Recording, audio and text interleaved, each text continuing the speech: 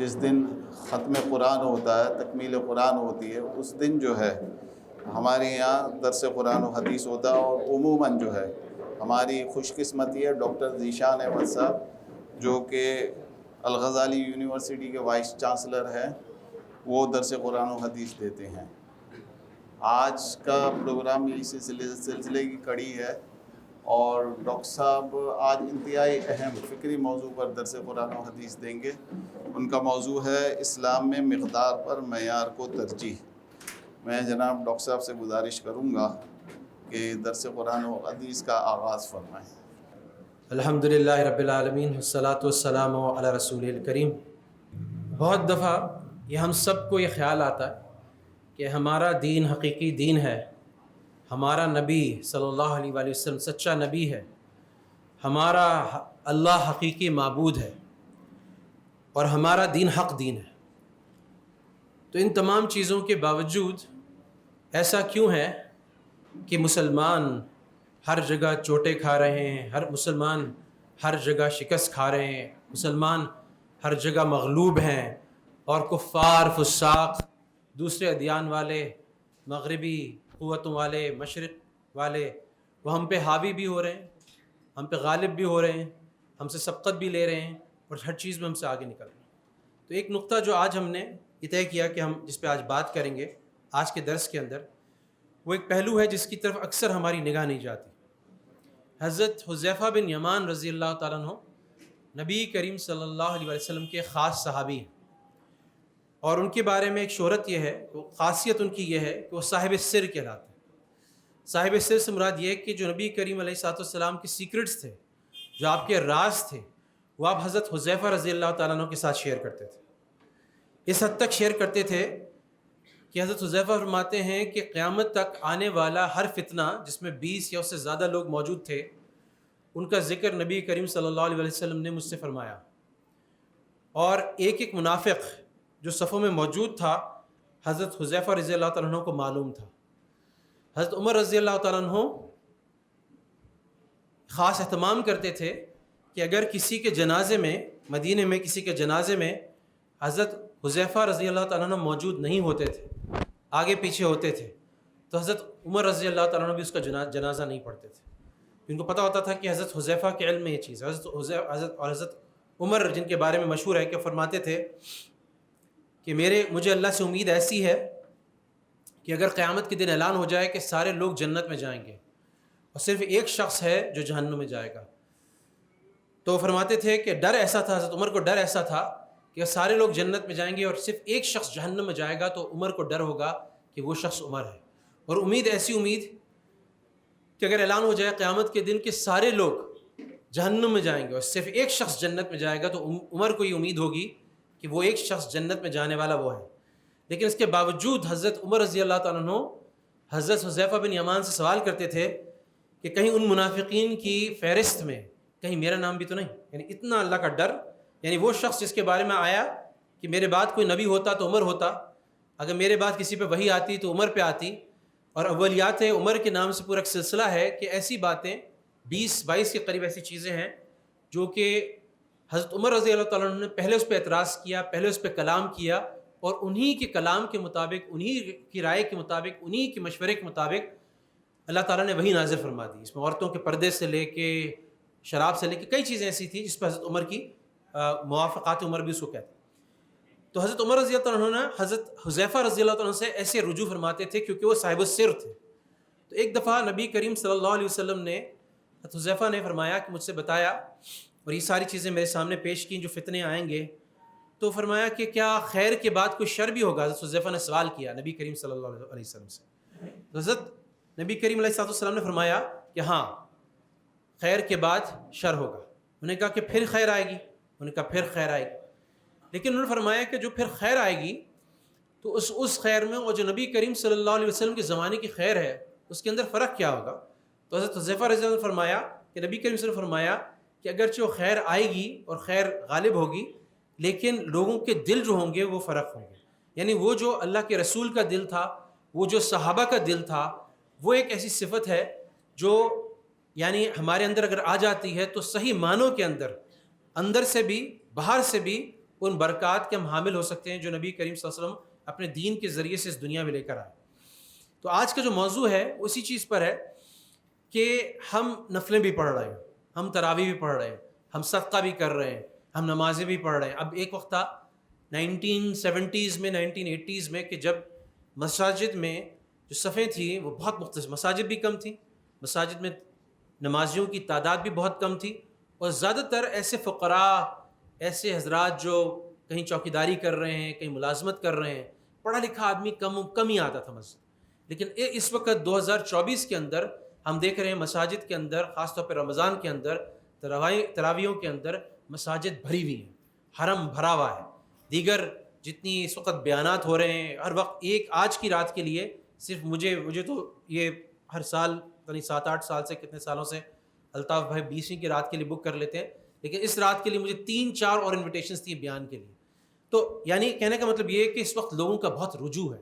پھر سوال یہ ہے کہ فلسطین میں مسلمانوں کا یہ حال کیوں ہو رہا ہے, ہندوستان میں مسلمانوں کا یہ حال کیوں ہو رہا ہے, پاکستانی مسلمان اس وقت, ہم سب ایک بات کے منتظر ہیں, ہم روزانہ اس چیز کو دیکھ رہے ہوتے ہیں کہ IMF کے ساتھ ہماری ڈیل کب سائن ہوگی. کس وقت ہمیں IMF جو ہے چند $بلین دے گا, اس کے بعد قطر اور سعودیہ اور چائنا اور پتہ نہیں کون کون ہمیں $بلین دے گا اور ہماری معیشت مضبوط ہوگی. ایک طرف ہمارا مقتدا ہے, ہمارا لیڈر ہے, ایک طرف جس کے نام لیوا ہیں نبی کریم محمد صلی اللہ علیہ وسلم, جو کہ ہماری نہیں بلکہ ان لوگوں کی جو ان پہ ایمان نہیں لے کر آئے. اگر اس وقت ہم دیکھیں کہ گاندھی نے محمد صلی اللہ علیہ وسلم کے بارے میں کیا کہا, سروجنی نائیڈو نے ان کے بارے میں کیا کہا, نیپولین نے ان کے بارے میں کیا کہا, الفانسو لامارٹین نے ان کے بارے میں کیا کہا, اسی طرح سے ولیم ہارٹ نے ان کے بارے میں کیا. یہ سارے لوگ ایسے ہیں جنہوں نے جن کے ایمان معروف نہیں, ان میں سے کوئی مسلمان ہو گیا تو ایک الگ بات ہے, لیکن انہوں نے کبھی ہمارے سامنے ایسی بات نہیں کی جس سے پتہ چلتا ہو یہ مسلمان ہے.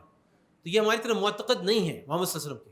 اس کے باوجود یہ آپ کیا فرما رہے ہیں کہ اگر یعنی الفانسو دے لامارٹین جو تھا وہ فارن منسٹر تھا فرانس کا, بہت بڑا ہسٹورین تھا, تاریخ دان تھا, بہت بڑا پوئٹ تھا, آتھر تھا, مصنف تھا. وہ یہ کہتا ہے کہ اتنے تھوڑے سے وقت میں اتنا لانگ لاسٹنگ, اتنا دائمی اور اتنا مؤثر انقلاب محمد نبی کریم صلی اللہ علیہ وسلم کے علاوہ کوئی نہیں لا سکا.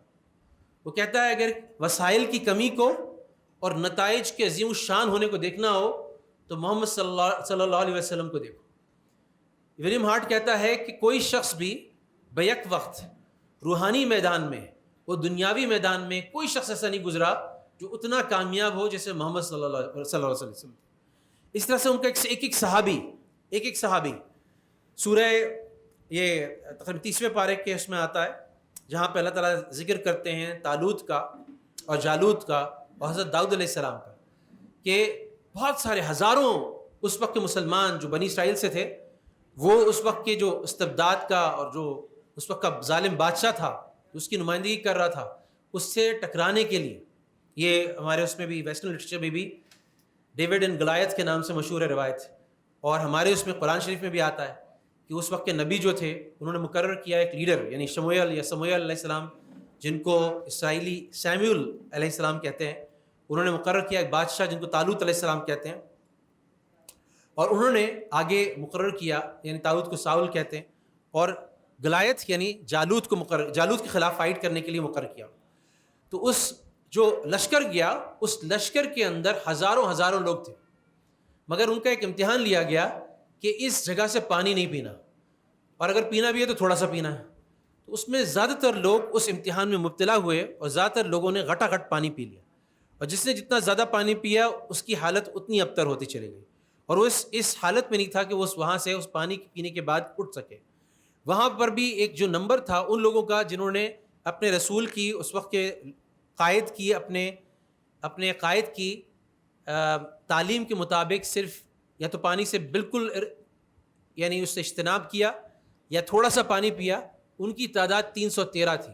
یہ 313 چھٹے ہوئے لوگ تھے ان ہزاروں لوگوں میں سے منتخب ہوئے جنہوں نے آگے جا کے جالوت کا مقابلہ کیا, اور داؤد علیہ السلام نے جالوت کو, حالانکہ حضرت داؤد علیہ السلام ایک ٹین ایجر تھے, انہوں نے جالوت کو قتل کر دیا, اور جب جالوت کو قتل کر دیا اس کے بعد مسلمان جو بنی اسرائیل کے مسلمان تھے ان کی پوری جو فوج تھی وہ غالب آ گئی گلایت یا جالوت کی فوج پر. اس طرح سے ہم نے 313 صحابہ کو دیکھا بدر کے اندر. تو آج کا جو موضوع ہے وہ یہ ہے کہ کس طرح سے نبی کریم صلی اللہ علیہ وسلم نے جو غلبہ پایا, آپ کے ساتھ جو صحابہ تھے انہوں نے جو غلبہ پایا, ان کے ساتھ جو اللہ کی مدد تھی, ان کا جو معیار تھا, ان کے اندر جو ایمان کا معیار تھا, ان کے اندر جو اخلاص کا معیار تھا, ان کے اندر جو علم کا معیار تھا, ان کے اندر جو للہیت اور نبی کریم صلی اللہ علیہ وسلم کے احکام اور ان کی سنتوں پہ چلنے کا ایک جذبہ تھا, وہ ایک بہت بڑا مسنگ فیکٹر ہے. جب ہم آج کے مسلمانوں کو دیکھتے ہیں تو اس وقت آپ کو پتہ ہے کتنے مسلمان ہیں دنیا میں؟ اس وقت کہتے ہیں مسلمانوں کی تعداد کوئی 1.8 بلین ہے. 1.8 ارب مسلمان ہیں, 2 ارب مسلمان ہیں. وہ بتا سکتا ہے کہ یہودیوں کی تعداد اس وقت دنیا میں کتنی ہے؟ اس کے مقابلے میں دنیا میں صرف 1.5 کروڑ کے قریب یعنی 15 ملین کے قریب یہودی ہیں. یعنی ایک یہودی کے لیے ہمارے پاس 100 مسلمان ہیں. ایک یہودی کے لیے ہمارے پاس 100 مسلمان ہیں. اور جیسے کہ ابھی دعا کے اندر الطاف بھائی نے دعا کی کہ وہ ہماری عورتوں کے ساتھ, ہمارے بچوں کے ساتھ, ہمارے بوڑھوں کے ساتھ, ہمارے بھائیوں کے ساتھ کیا سلوک کر رہے ہیں. اچھا وہ ایسی بات نہیں, دنیا کی تاریخ میں کبھی بھی ایسا نہیں ہوا. یعنی جب بھی امریکہ جیسی طاقت نے بھی جو ظلم استبداد کیا افغانستان کے اندر یا عراق کے اندر یا دیگر جگہوں میں یا میانمار کے اندر وہاں کی حکومت نے کیا روہنگیاز پہ یا چائنیز نے کیا ویگرز پہ, جتنے بھی ظلم ہوئے اس کے اندر ایک بات کامن تھی کہ جو بھی ظالم تھا اس نے اپنے ظلم کو چھپایا. اس نے جو کچھ وہاں کے لوگوں کے ساتھ سلوک کیا اس کو کبھی بھی پیش نہیں کیا, اس کو ہمیشہ حش حش رکھا, یعنی اس کو ایک چھپانے کی کوشش کی. لیکن یہ پہلی دفعہ ہوا ہے کہ جو ظالم ہے, جو جنیوا کنونشنز کی, جو ہیومینیٹیرین قوانین کی سب کی خلاف ورزی, کھلی خلاف ورزی کر رہا ہے, وہ ساتھ ساتھ اسی کے جو اہلکار ہیں, اسی کے جو فوجی ہیں, اسی کے جو سرکاری آفیسرز ہیں, وہی لوگ فیس بک پہ, انسٹاگرام پہ, دیگر جگہوں پہ وہی لوگ اسی ظلم کی اسی وقت ریئل ٹائم میں پکچرز بنا کے, ویڈیو بنا کے خود پوسٹ کر رہے ہیں. ایسا کبھی نہیں ہوا انسانیت کی تاریخ.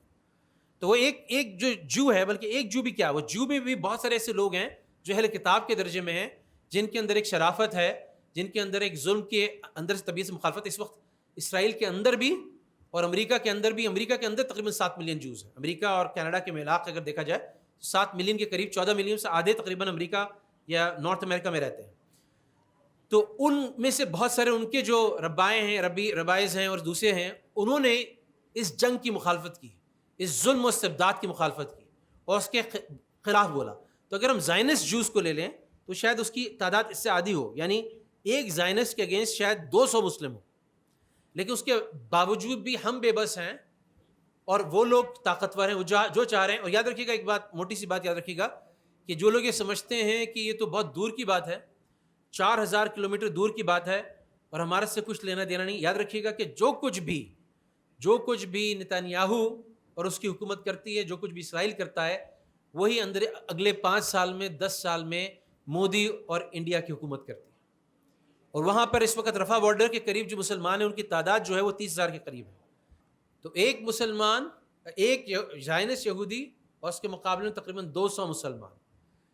نبی کریم صلی اللہ علیہ وسلم نے یہ خبر مخبر صادق علیہ السلام نے خبر ہمیں پہلے سے دے دی. آپ علیہ السلام نے صحابہ کو بتایا کہ ایسا ہوگا کہ تم لوگ کھانے کی مانند دسترخوان پہ ہوگی, میں مفہوم عرض کر رہا ہوں, اور یہ چاروں طرف سے کفار جو ہیں, ان کی فوجیں, ان کی قومیں تم پہ حملہ کریں گی. صحابہ بڑے پریشان ہو گئے. صحابہ کو تو پتہ نہیں تھا کہ میرے جیسے لوگ, یعنی مسلمانوں کے ایمان میں, اخلاص میں, ان کے علم میں, ان کے تقوی میں, ان کی لہیت میں اتنا انحطاط ہوگا کہ وہ بات یہاں تک آ جائے. تو انہوں نے پوچھا یا رسول اللہ کیا ہم تعداد میں بہت کم ہوں گے؟ تو آپ علیہ السلام نے فرمایا کہ نہیں, بلکہ تعداد میں تم بہت زیادہ ہو گئے, 1.8 بلین. لیکن ساتھ ہی ساتھ فرمایا کہ تم لوگ سمندر کے جھاگ کے برابر ہو گئے, سمندر کے جھاگ کی مانند ہو گئے. یعنی اس کو ہم کہتے ہیں skim of the oceans. Skim کا مطلب ہوتا ہے بہت ہی گھٹیا چیز, یعنی بہت ہلکی چیز. اسکم آف اوشن کی طرح ہوگی, جس کا کوئی وزن نہیں ہوتا, جس کی کوئی حیثیت نہیں ہوتی. اور آپ علیہ السلام سے جب صحابہ نے پوچھا, آپ نے فرمایا کہ اس کی کیا وجہ ہوگی کہ ہم تو دیکھتے ہیں کہ ہم تھوڑے سے اس وقت, یعنی 313 تھے ہم اور 1000 کے اوپر غالب آ گئے بدر کے اندر, اور ہم تھوڑے بھی کافی ہوتے ہیں. تو اتنے سارے جب 1.8 بلین مسلمز ہوں گے تو وہ اتنے ہلکے ہوں گے تو ان میں کیا فرق ہوگا؟ تو آپ علیہ السلام نے بتایا کہ اس کی بہت بڑی وجہ جو ہوگی وہ ہوگی وہن. صاحب نے پوچھا وہن کیا ہے؟ آپ علیہ السلام فرمایا حب الدنیا و کراہیت الموت، یعنی دنیا کی محبت اور موت سے کراہیت یا کراہت جسے ہم اردو میں کہتے ہیں، اس کی ایک ناپسندیدگی. اب یہ میں آپ کو ایک بات بتا رہا ہوں جیسے صحابہ کے کانٹراسٹ دیتا ہوں. حضرت فاتح مصر حضرت عمر بن العاص کو حضرت عمر رضی اللہ تعالیٰ نے پیغام بھیجا، او عمر یہ کیا بات ہے کہ 2 سال ہو گئے اور تم سے ایک مصر فتح نہیں ہو رہا. حضرت عمر بن العاص نے جواب دیا کہ حضرت عمر ہم پوری کوشش کر رہے ہیں، ہم یہاں پر بہت زیادہ کوشش کر رہے ہیں، لیکن ہم اللہ کی مدد کا انتظار کر رہے ہیں اور ہم دیکھ رہے ہیں، حالات کو دیکھ رہے ہیں. حضرت عمر رضی اللہ عنہ نے سوال کیا. اب یہ سوچیے گا کہ وہ وزن کیا چیز ہے، یعنی معیار کیا ہے اور مقدار کیا ہے. تو حضرت عمر رضی اللہ عنہ کہہ رہے ہیں کہ تمہارے پاس 4000 سپاہی ہیں، تم 4000 سپاہیوں کے ساتھ تم مصر کو فتح نہیں کر پا رہے ہو؟ کہیں ایسا تو نہیں کہ تم سے کوئی گناہ ایسا ہو رہا ہے جس کی وجہ سے اللہ کی مدد تمہارے ساتھ نہیں آ رہی؟ ایک سوال. دوسرا سوال، کہیں ایسا تو نہیں کہ کہیں تمہارے دل میں دنیا کی محبت پیدا ہو گئی، تم دنیا کی طرف مائل ہو گئے جس کی وجہ سے اللہ کی مدد تمہارے پاس نہیں آ رہی؟ تو حضرت عمر بن العاص نے جہاں اپنی صفائی دی وہاں پہ اور کمک مانگی اور رینفورسمنٹ مانگی کہ مجھے اور لوگوں کو میرے پاس بھیجیے. تو حضرت عمر رضی اللہ عنہ نے فرمایا کہ میں 4000 کی فوج تمہارے لیے اور بھیج رہا ہوں، مدینے سے 4000 کی فوج تمہارے لیے اور بھیج رہا ہوں، لیکن ان 4000 میں 4 ایسے ہیں جن میں سے ایک آدمی 1000 کے برابر ہے، جن میں سے ایک آدمی 1000 کے برابر ہے. اور ان کے نام کیا بتائے؟ ان کے نام بتائے کہ اس میں زبیر بن عوام ہیں، جن کو اللہ کے رسول نے فرمایا یہ میرے حواری ہیں، میرے خاص شاگرد ہیں، میرے ڈسائپل ہیں. اور یہ وہی زبیر ہیں جو مختلف موقعوں پر یعنی کھڑے رہے اور انہوں نے اپنے اوپر تمام تیر جھیلے، اور نبی کریم صلی اللہ علیہ وسلم کی احد میں دوسرے مواقع پہ انہوں نے یعنی بڑھ چڑھ کے حملہ کیا، بڑھ چڑھ کے حفظ. ان کا ایک چھوٹا سا واقعہ بتاتا ہوں. یہ جنگ یرموک کا واقعہ ہے. حضرت زبیر اپنی جوانی کو کراس کر چکے، اپنے پرائم ٹائم کو کراس کر چکے. جو ان کی شہرت تھی نا، جس وقت مسلمان ہوئے تھے، جب آپ علیہ السلام 40 سال کے تھے تو ان کی عمر 16 سال کی تھی. تو یہ اس وقت مسلمان ہوئے تھے اور یہ شروع کے مسلمانوں میں سے تھے. حضرت ابوبکر ان کو لے گئے تھے، یہ پہلے دوسرے دن ہی شروع کی دعوت میں مسلمان ہو گئے تھے. تو یہ 16 سال کا جو زبیر تھا یہ آگے چل کے جو حواری بنا اور ساری بڑے بڑے مارکوں کے اندر جو فور فرنٹ پہ رہا اسلامک جہاد میں، اس کی عمر اب 40-50 سال کے قریب ہو گئی. اور جنگ یرموک کا واقعہ پیش آتا ہے، اس میں بھی کفار بہت زیادہ ہیں اور چند نوجوان جمع ہوتے ہیں اور حضرت زبیر بن عوام کو کہتے ہیں کہ زبیر رضی اللہ تعالیٰ عنہ، ہم نے آپ کی بڑی شجاعت کے واقعات سنے ہیں، آپ کی بڑی بہادری کے واقعات سنے ہیں، لیکن اب تو آپ بوڑھے ہو گئے، تو اب تو ہم نہیں سمجھتے کہ آپ کے اندر وہی طاقت، وہی معیار اور وہی حوصلہ باقی ہے. انہوں نے کہا دیکھو میں ابھی ایک کام تم کو کر کے دکھاؤں گا، تم میں سے کوئی بھی، میں چیلنج کرتا ہوں، تم میں سے کوئی بھی کام کر کے دکھا دے. تو حضرت زبیر بن عوام جو اب 16 سال کا نہیں تھا، 20 سال کا نہیں تھا، 30 سال کا نہیں تھا، بلکہ 40-50 سال کا تھا، وہ اپنے گھوڑے پہ بیٹھے، اپنی تلوار لی. ایک روایت میں آتا ہے کہ اپنے بچے کو بھی انہوں نے گود میں بٹھایا ہوا تھا، اور وہ اس گھوڑے پہ انہوں نے ایڑ لگائی اور دشمنوں کی صف بازنطینیوں کی صفوں میں اس کو چیرتے ہوئے داخل ہوئے، تلوار گھماتے ہوئے داخل ہوئے، اور ایک طرف سے چیرتے ہوئے دوسری طرف نکل گئے اور پھر وہاں سے واپسی کی اور تلوار گھماتے ہوئے واپس آئے اور کئی بازنطینیوں کو جہنم رسید کیا، اور واپس پہنچتے ان کو کئی زخم جسم پر آئے، لیکن وہ زندہ سلامت اس کو چیرتے ہوئے ایک شخص واپس آئے. یہ وہ شخص تھا جو حضرت عمر رضی اللہ عنہ حضرت عمر بن العاص کے پاس بھیج رہے ہیں مصر کی فتح کے لیے، اور یہ ایک شخص جو ہے وہ کہہ رہے ہیں وہ 1000 شخصوں پہ بھاری ہے. آپ مجھے بتائیں کہ مقدار زیادہ اہم ہے یا معیار زیادہ اہم ہے؟ کوانٹٹی زیادہ اہم ہے یا کوالٹی زیادہ اہم ہے؟ اسی طرح سے مقداد بن اسود جس وقت بدر کی دن یہ پتہ چلا کہ ایک مسلمان کے مقابلے میں 3 کفار ہیں، ہم 313 ہیں، یہ 1000 ہیں، اس وقت ایک ظاہر کہ ڈر خوف کی کیفیت طاری ہوتی ہے. لیکن صحابہ میں مقداد بن اسود رضی اللہ تعالیٰ عنہ آگے بڑھے اور انہوں نے رسول اللہ صلی اللہ علیہ وسلم کو فرمایا کہ یہودیوں نے حضرت موسیٰ علیہ السلام کو کہہ دیا تھا کہ یہ جب تک یہ جو قوم ہے نا، ان کو کہا تھا اس شہر میں داخل ہو تو انہوں نے کہا اس شہر کے اندر تو جبارین ہیں، یہ تو بہت ہی مضبوط لڑنے والے لوگ ہیں، ہم تو اس کے اندر جب تک داخل نہیں ہوں گے ندخلھا ابداً، ہم کبھی بھی داخل نہیں ہوں گے جب تک یہ اس میں سے باہر نہ آ جائے.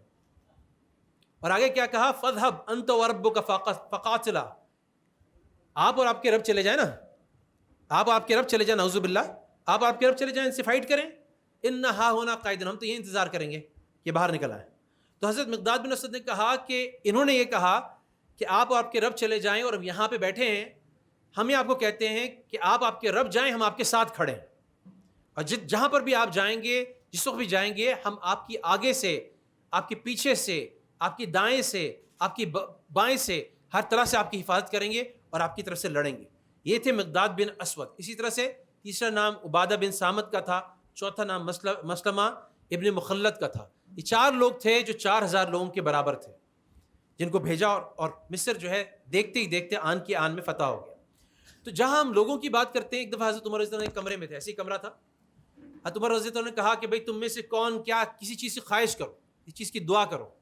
تو ایک صحابی کھڑے ہوئے، انہوں نے کہا یا اللہ میں خواہش کرتا ہوں کہ یہ سارا کمرہ جو ہے نا وہ درہم سے، چاندی کے اور سونے کے جواہرات سے اور درہم و دینار سے بھر جائے، اور میں اس کو آپ کے رستے میں سارے کے سارے کا اس کا صدقہ کر دوں. انہوں نے کہا اچھا اور اپنی خواہش کرو اور اپنی دعا کرو.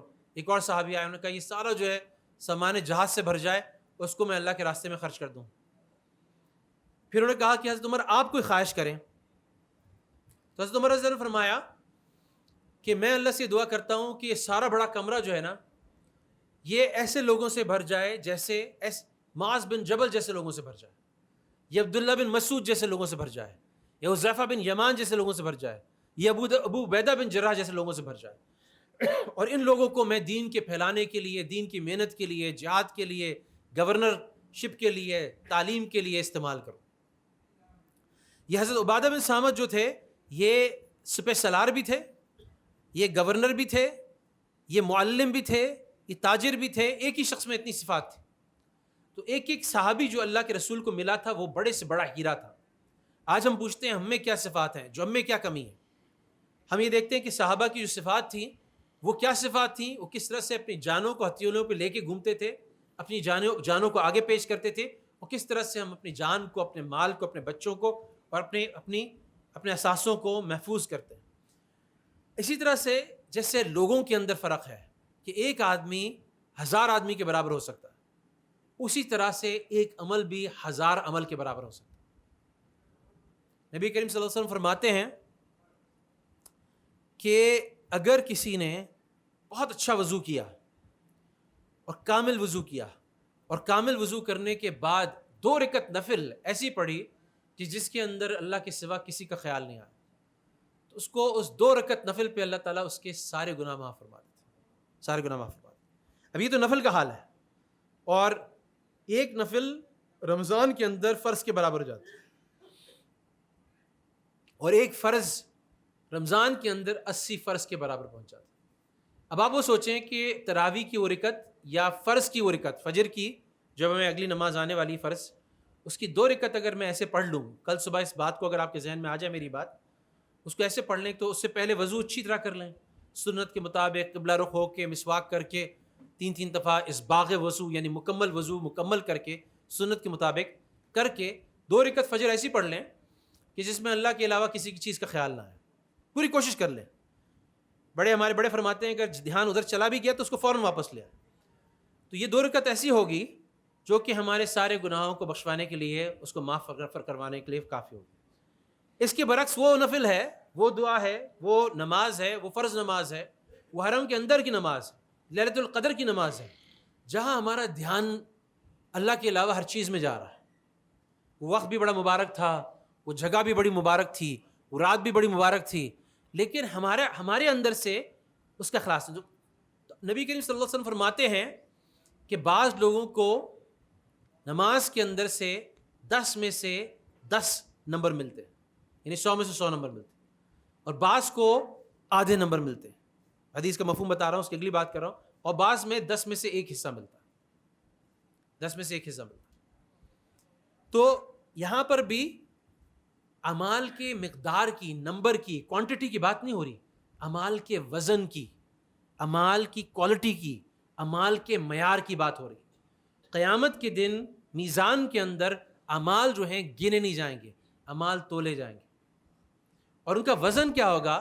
جب ہم یعنی ایک نماز کو لے لیں، ایک یہاں مجمع میں بیٹھنے کو لے لیں، ایک درس کو سننے میں اور درس کو کرنے کو لے لیں، ایک آپ ایک چھوٹی سی کسی نیکی کو لے لیں، ذکر کو لے لیں، تسبیح کو لے لیں، لوگوں کے ساتھ ملنے جلنے کو لے لیں، عید منانے کو لے لیں جو ہم اللہ کی خاطر کرتے ہیں. ایک عمل میں جو کہ وزن والا ہے اور ایک عمل جس میں وزن نہیں، ان دونوں میں فرق کیا ہے؟ ان دونوں میں فرق کیا ہے؟ وہ عمل جو وزن والا ہوگا وہ اللہ کے یقین کے ساتھ ہوگا، اللہ کے یقین کے ساتھ ہوگا کہ میرا اللہ مجھے دیکھ رہا ہے، میرا اللہ میرے ساتھ ہے.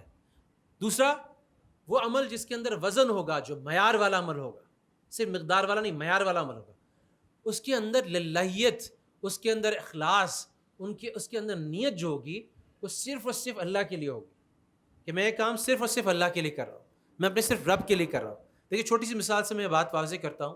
ہم میں سے بہت سارے لوگ یہاں پہ کاروباری لوگ ہیں، دکان کو جانتے ہیں، کام کو جانتے ہیں. ہماری کوئی بھی قیمتی چیز ہوتی ہے نا، اس کو ہم اس بیوپاری کو بیچنا چاہتے ہیں، اس کسٹمر کو بیچنا چاہتے ہیں، اس گاہک کو بیچنا چاہتے ہیں جو اس کی سب سے زیادہ قیمت لگاتا ہے. تو اگر مثال کے طور پہ مجھے سیل فون بیچنا ہے اور آپ اس کی 10,000 روپے قیمت لگاتے ہیں، اور ایک اور بیوپاری، ایک اور گاہک آتا ہے، وہ کہتا ہے میں آپ سے یہ 1 ارب روپے کا لوں گا، یہ سیل فون 1 ارب روپے کو لوں گا. آپ کو بے یقینی کسی آپ کے چہرے پہ کیفیت ہے سیل فون کی 1 ارب قیمت کیسے؟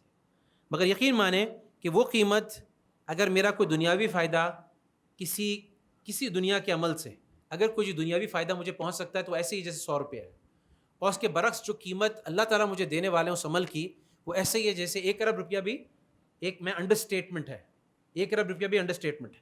اللہ تعالیٰ جیسی قیمت لگانے والا، اللہ تعالیٰ جیسا شکور، اللہ کے ناموں میں سے ایک ہے شکور، کہ جو بہت شکر کرنے والا ہے، بہت تھوڑے سے کی قدر کرنے والا. تو وہ عمل کی قدر، تو اگر وہ اخلاص کے ساتھ ہو گیا، اس کے اندر للہیت آ گئی، تو کیا فرق پڑے گا؟ فرق یہ پڑ جائے گا کہ اس عمل کی قیمت کہیں سے کہیں پہنچ جائے، اس کا وزن کہیں سے کہیں پہنچ جائے. فرمایا کہ ایک احد کے پہاڑ کے برابر اس کسی نے صدقہ کیا، سونا صدقہ کیا، اور وہ اللہ کے لیے نہیں تھا، وہ پکڑ کا سبب بن گیا. اور ایک کھجور دی اور اس کے اندر اللہ ہی تھا، اس کے اندر اللہ کے علاوہ کسی کی رضا نہیں تھی، اللہ ہی کو راضی کرنا تھا، تو اللہ تعالیٰ اس کو اس کا ثواب جو ہے بڑھا چڑھا کے احد کے پہاڑ کے برابر پہنچا دے. تو عمل میں ایک چیز ہو گئی یقین کہ میں اللہ کے یقین کے ساتھ کر رہا ہوں، اللہ مجھے دیکھ رہا ہے. دوسری چیز ہو گئی للہیت یا اخلاص. یہ ایسا نہیں ہے کہ 98% میں اللہ کے لیے کر رہا ہوں، 2% دنیا کے لیے کر رہا ہوں، 99.9%، بلکہ ایک کام ایسا ہے کہ صرف اور صرف اللہ کے لیے ہوگا 100%، تب اخلاص کی تعریف پر صادق آئے گا. اسی طرح سے کیا اس کو کہتے ہیں اخلاص کہتے ہیں، دوسرا کہتے ہیں صدق. صدق کا مطلب یہ ہے کہ وہ جو اللہ تعالیٰ نے جو سب سے گولڈن اسٹینڈرڈ ہمارے لیے مقرر کیا، محمد صلی اللہ علیہ وسلم کی زندگی، ان کی سیرت، ان کی سنت، ان کا عمل، کیا یہ اس پہ پورا کرتا ہے؟ کیا یہ اس اسٹینڈرڈ پہ پورا کرتا ہے؟ کیا ان کی زندگی کی جو عادات تھی، اس کی جو سنتیں تھیں، اس سے مطابقت رکھتا ہے؟ اور بہت ساری چیزیں ایسی ہیں جو ہم تو چند سنتوں کو جانتے ہیں نا، کہ ٹوپی، داڑھی، مسواک، وضو، لیکن جب ہم سنتوں کو اور ان کی سیرت کو پڑھتے ہیں تو ہمیں پتہ چلے گا کہ اس میں مسکرانا بھی ہے، اس میں سلام میں پہل بھی ہے، اس میں دل میں لوگوں کی خیرخواہی بھی ہے، دل کو صاف رکھنا بھی ہے. اور جب تھوڑا سا ہم ہائر لیول پہ جاتے ہیں تو ہم دیکھتے ہیں اس میں اسٹریٹجک تھنکنگ بھی ہے. اسٹریٹجک تھنکنگ بھی آپ کی ایک مستقل ایک عادت تھی کہ آپ چیزوں کو بڑا سوچ کے کیا کرتے تھے. اور بہت ساری دینی جماعتیں جو اسلام کا نام لیتی ہیں اور جس طرح سے وہ جہاد کا نام لیتی ہیں اور جس طرح سے وہ حکمت سے عاری فیصلے کرتی ہیں، وہ نبی کریم صلی اللہ علیہ وسلم کی سیرت و سنت سے بالکل مخالفت کرتی ہیں. تو تیسری صفت کیا ہو گئی کہ نبی کریم صلی اللہ علیہ وسلم کی سنت کے مطابق وہ عمل ہے کہ نہیں. چوتھی فضیلت کیا ہو گئی کہ کیا فضائل کے استحضار کے ساتھ ہے. مثال کے طور پہ یہ مجلس ہے، فضیلت کا استحضار کیا ہوگا کہ سکینہ نازل ہو رہی ہے، اللہ تعالیٰ کے فرشتے جو ہیں چاروں طرف سے گھیرے ہوئے ہیں، رحمت نے ڈھانپ لیا اس مجلس کو. کیونکہ یہ مجلس جو ہے یہ قرآن کا درس ہے، یہ حدیث کا درس ہے، یہ اللہ اور اللہ کے رسول کی بات ہے، یہ دین کا درس ہے. تو اگر یہ صادق اور امین نے، یہ کسی اخبار میں نہیں چھپی، کسی اخبار میں نہیں چھپی، یہ صادق اور امین علیہ الصلوۃ والسلام کی طرف سے مجھ تک پہنچی کہ چاروں طرف فرشتوں نے گھیر لیا، ان کا طاطا آسمان تک پہنچا، اور آسمان تک پہنچ کے اللہ نے سوال کیا میرے ملائکہ تم کہاں سے آ رہے ہو؟ انہوں نے کہا اس طرح سے آپ کے بندے بیٹھے ہوئے تھے اور آپ کا ذکر ہو رہا تھا، جہنم سے ڈر رہے تھے، جنت کا شوق کر رہے تھے۔ ابھی فضیلت کا استحضار ہے، تم گواہ رہو کہ جس چیز سے ڈر رہے تھے میں نے ان سے بچا لیا، جس چیز کی یہ رغبت کر رہے تھے، جس کا شوق، وہ میں نے ان کو عطا کر دی، ان کو معاف کر دیا۔ ارے وہ تو ایسے آ گیا تھا، الطاف بھائی کے کہنے پہ ایسے آخری میں آ گیا تھا وہ ساتھی، وہ چاہتا نہیں تھا، اس کی نیت زیادہ نہیں تھی، کوئی زیادہ نہیں تھی، وہ کونے پہ آ کے بیٹھ گیا تھا، بس گاڑی دیکھ رہا تھا کب ختم ہو گیا۔ یہ اپنی طرف سے میں کچھ چیزیں ایڈ بھی کر رہا ہوں، نہیں اس کی بھی یہ مجلس اور مجلس والے ایسی برکت والے ہیں کہ اس کی برکت سے اس کی بھی مغفرت ہوگی۔ تو اب یہ کیا ہے کہ اب تھوڑی سی دیکھیں، ابھی اس تقریباً میں نے شاید 30 سیکنڈز میں پوری فضیلت کا استحضار آپ کے سامنے رکھ دیا۔ اب تھوڑا سا سے پہلے کتنے لوگ ہاتھ اٹھائیں گے کہ یہ خاص حدیث ہمارے ذہن میں تھی، شعور میں تھی؟ 7 8 لوگ، 10 لوگ، 15 لوگ، رائٹ؟ یہ خاص فضیلت یہ 30 سیکنڈز میں ہم نے بات کر لی، لیکن اس کی فضیلت کی وجہ سے میرے دل کی کیفیت بدلی کہ نہیں بدلی؟ میرے اس بیٹھنے اور سننے کے اندر ایک قرار اور سکون مزید آیا کہ نہیں آیا؟ شوق و ولولہ بڑھا کہ نہیں بڑھا؟ تو یہ ہے معیار، یہ ہے کوالٹی۔ ٹائم تو اتنا ہی پاس ہو رہا ہے، ٹائم تو اتنا ہی لگے گا یہاں پہ، لیکن ایک کانسیپٹ ہے ڈیپتھ آف ٹائم کا، یعنی ٹائم کی گہرائی کا۔ گھنٹہ گھنٹہ ہی ہے، لیکن ایک تھا محمد رسول اللہ کا گھنٹہ علیہ الصلوۃ والسلام، ایک تھا عمر رضی اللہ عنہ کا گھنٹہ، ایک تھا ایک تابعی سعید ابن مسیب کا گھنٹہ، ایک تھا اس کے بعد کسی بیچ کے اس کا گھنٹہ، ایک ہے آج کل کے ایک عام مسلمان کا گھنٹہ۔ بہت فرق پڑ گیا محمد کے گھنٹے سے علیہ الصلوۃ والسلام اور میرے گھنٹے سے۔ میری کوشش یہ ہے زندگی کے اندر کہ میری اور میرے بچوں کے گھنٹہ جو ہے، جو اس دنیا میں گزر رہا ہے، اس کا معیار محمد صلی اللہ علیہ وسلم کے معیار کے قریب، صحابہ کے معیار کے قریب، تابعین تبع تابعین کے معیار کے قریب ہوتا چلا جائے، یعنی اس کے اندر اخلاص بڑھتا چلا جائے، اس کے اندر اللہ کا یقین بڑھتا چلا جائے، اس کے اندر سنت سے مطابقت بڑھتی چلی جائے، اس کے اندر فضیلت کا استحضار بڑھتا چلا جائے، اور اگلی 2 چیزیں جو رہ گئیں، 6 چیزیں تھیں، اس کے اندر اللہ کا دھیان بڑھتا چلا جائے، اللہ کا دھیان بڑھتا جائے۔ ابھی ہم نے 2 رکعت کی بات کی جو اللہ کے دھیان سے پڑھی گئی، اور وہ رکعت جو بے دھیانی سے پڑھی گئی، زمین آسمان کا فرق پڑ گیا، وزن میں زمین آسمان کا فرق پڑ گیا۔ اور آخری چیز یہ کہ ہر دفعہ مزہ نہیں آئے گا، کبھی گرمی ہوگی، کبھی سردی ہوگی، کبھی مچھر کاٹیں گے، کبھی طبیعت اوپر نیچے ہوگی، تو کچھ نہ کچھ نفس کا مجاہدہ ضرور ہوگا۔ تہجد میں تراویح کے بعد تقریباً ختم ہوگی، کچھ ہم میں سے جا کے کھانا کھائیں گے، رات میں 1 بج جائے گا، اگر رات کی کوئی نیند لیتا ہے 1-2 گھنٹے نیند ہوگی، اس کے بعد بڑا مسئلہ ہوگا، سحری کریں تو تہجد نہیں ہوگی، تہجد پڑھیں تو سحری نہیں ہوگی، سارے ہم اس سے لڑ رہے ہوتے ہیں صبح میں۔ ہاں، اب اس میں کیا ہے کہ نفس کے مجاہدے کے ساتھ میں نے 10 منٹ پہلے کا الارم لگا دیا، 20 منٹ پہلے کا الارم لگا دیا، اب کیا ہوا؟ سحری بھی ہو گئی، تہجد بھی ہو گیا۔ اب کیا ہے کہ میرے اعمال میں وزن آ رہا ہے، میرے اعمال کی کوالٹی، اس کا معیار بڑھتا جا رہا ہے، اس کی نسبت صحابہ سے اور محمد عربی سے ہوتی چلی جا رہی ہے۔ تو یہ ہمیں صفات اب پیدا کرنی ہے۔ یہاں جہاں میں نے یہ بات کی کہ اب ایک دنیاوی معیار کے حساب سے ہم تھوڑی سی بات کر لیتے ہیں، دنیاوی معیار کے حساب سے بات کر لیتے ہیں کہ ایک وہ شخص جو ہم میں سے عام مسلمان ہے، یہ جو یہودی ہیں، یہ آپ سمجھیں کہ دنیاوی اعتبار سے ہم بات کر رہا ہوں، آج کل کی دنیا کے اعتبار سے تقریباً 1.8 بلین جو ہیں مسلمان، ان کے پاس آپ ذرا سا سوچ کے بتائیں مجھے کہ کتنے نوبیل پرائزز ہم نے جیتے ہوں گے سائنس میں۔ پیس کی بات نہیں کر رہا میں، نوبیل پیس پرائز کی بات نہیں کر رہا، سائنس کی بات کر رہا ہوں، آدھے درجن سے بھی کم۔ اور آپ گیس کہہ رہے ہیں کہ یہ جو 14 ملین یہودی ہیں، جو ہر 100 مسلمان پہ صرف ایک ہے، انہوں نے کتنے نوبیل پرائز جیتے؟ انہوں نے تقریباً 200 کے قریب نوبیل پرائز جیتے، 200 کے قریب نوبیل پرائز۔ ہمارے تمام ملکوں کو، اسلامک ملکوں کو تقریباً 57-58 OIC کے ممبرز ممالک ہیں مسلمانوں، ان کے پاس کتنی یونیورسٹیز ہوں گی؟ 500 سے بھی کم۔ امریکہ کی آبادی کہیں کم ہے، ہاں تقریباً انڈونیشیا پاکستان ملا کے امریکہ کی آبادی سے کہیں زیادہ ہے۔ امریکہ میں کتنی یونیورسٹی ہوں گی؟ تقریباً 5 سے 6 ہزار یونیورسٹیز۔ دنیاوی اعتبار سے مقابلہ کر لیں نا، دنیاوی اعتبار سے مقابلہ کر لیں کہ انہوں نے کتنی، دیکھیں ایک باکسنگ کا میچ ہوتا ہے نا، باکسنگ کا میچ ہوتا ہے تو اس میں کیا ہوتا ہے کہ آپ بڑی ایکسرسائز کرتے ہیں، اپنا اسٹیمنا بلڈ کرتے ہیں, گھنٹوں گھنٹوں دوڑتے ہیں. یہ محمد علی جو تھا نا, ہم دیکھتے تھے اس کے میچ بچپن میں, وہ پورا کراچی کی سڑکیں سنسان ہو جاتی تھی, ہم سب دعا کرتے محمد علی جیت جائے, محمد علی کلے جیت جائے. تو اس کی جو پریکٹس ہوتی تھی وہ گھنٹوں گھنٹوں ہوتی تھی, دوڑ ہوتی تھی, مشق ہوتی تھی, پتہ نہیں کیا کیا کرتا تھا.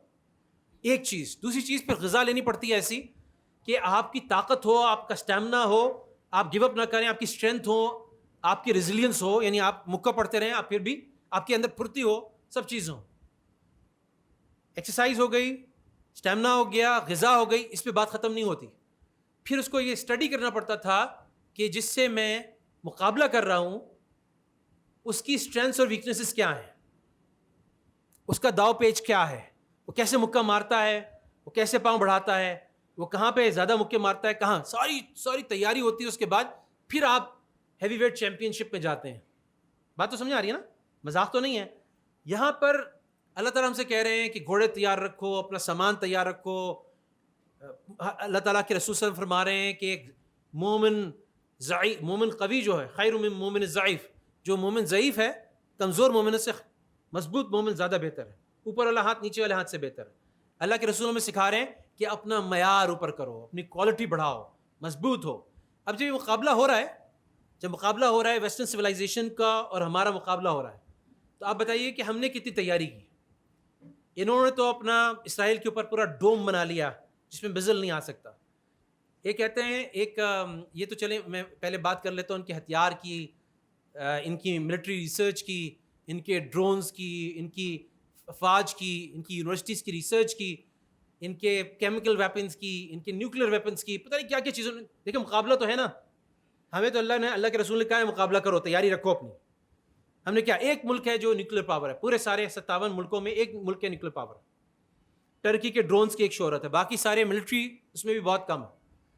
لابینگ کو اگر لے لیں, آج اس وقت جو اسرائیل میں اور یہ فلسطین میں ہو رہا ہے, اس کو سمجھنے کے لیے تھوڑا سا سمجھیے گا کہ ICPA کیا ہے. یہ ایک آرگنائزیشن ہے امریکن اسرائیل پبلک سروس کی, پبلک افیئرس کی ایک ہے.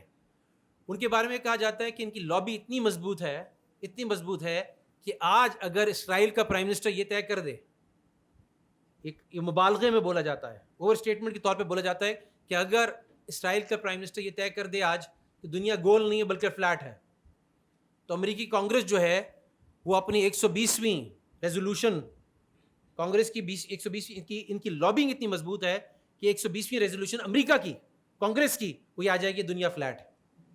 یہ ایک مبالغے کے طور پر بتایا جا رہا ہے کیونکہ لابی اتنی مضبوط ہے. ابھی اس وقت کسی کو سمجھ میں نہیں آ رہا کہ امریکہ کا عام آدمی بھی اس متفکر ہے.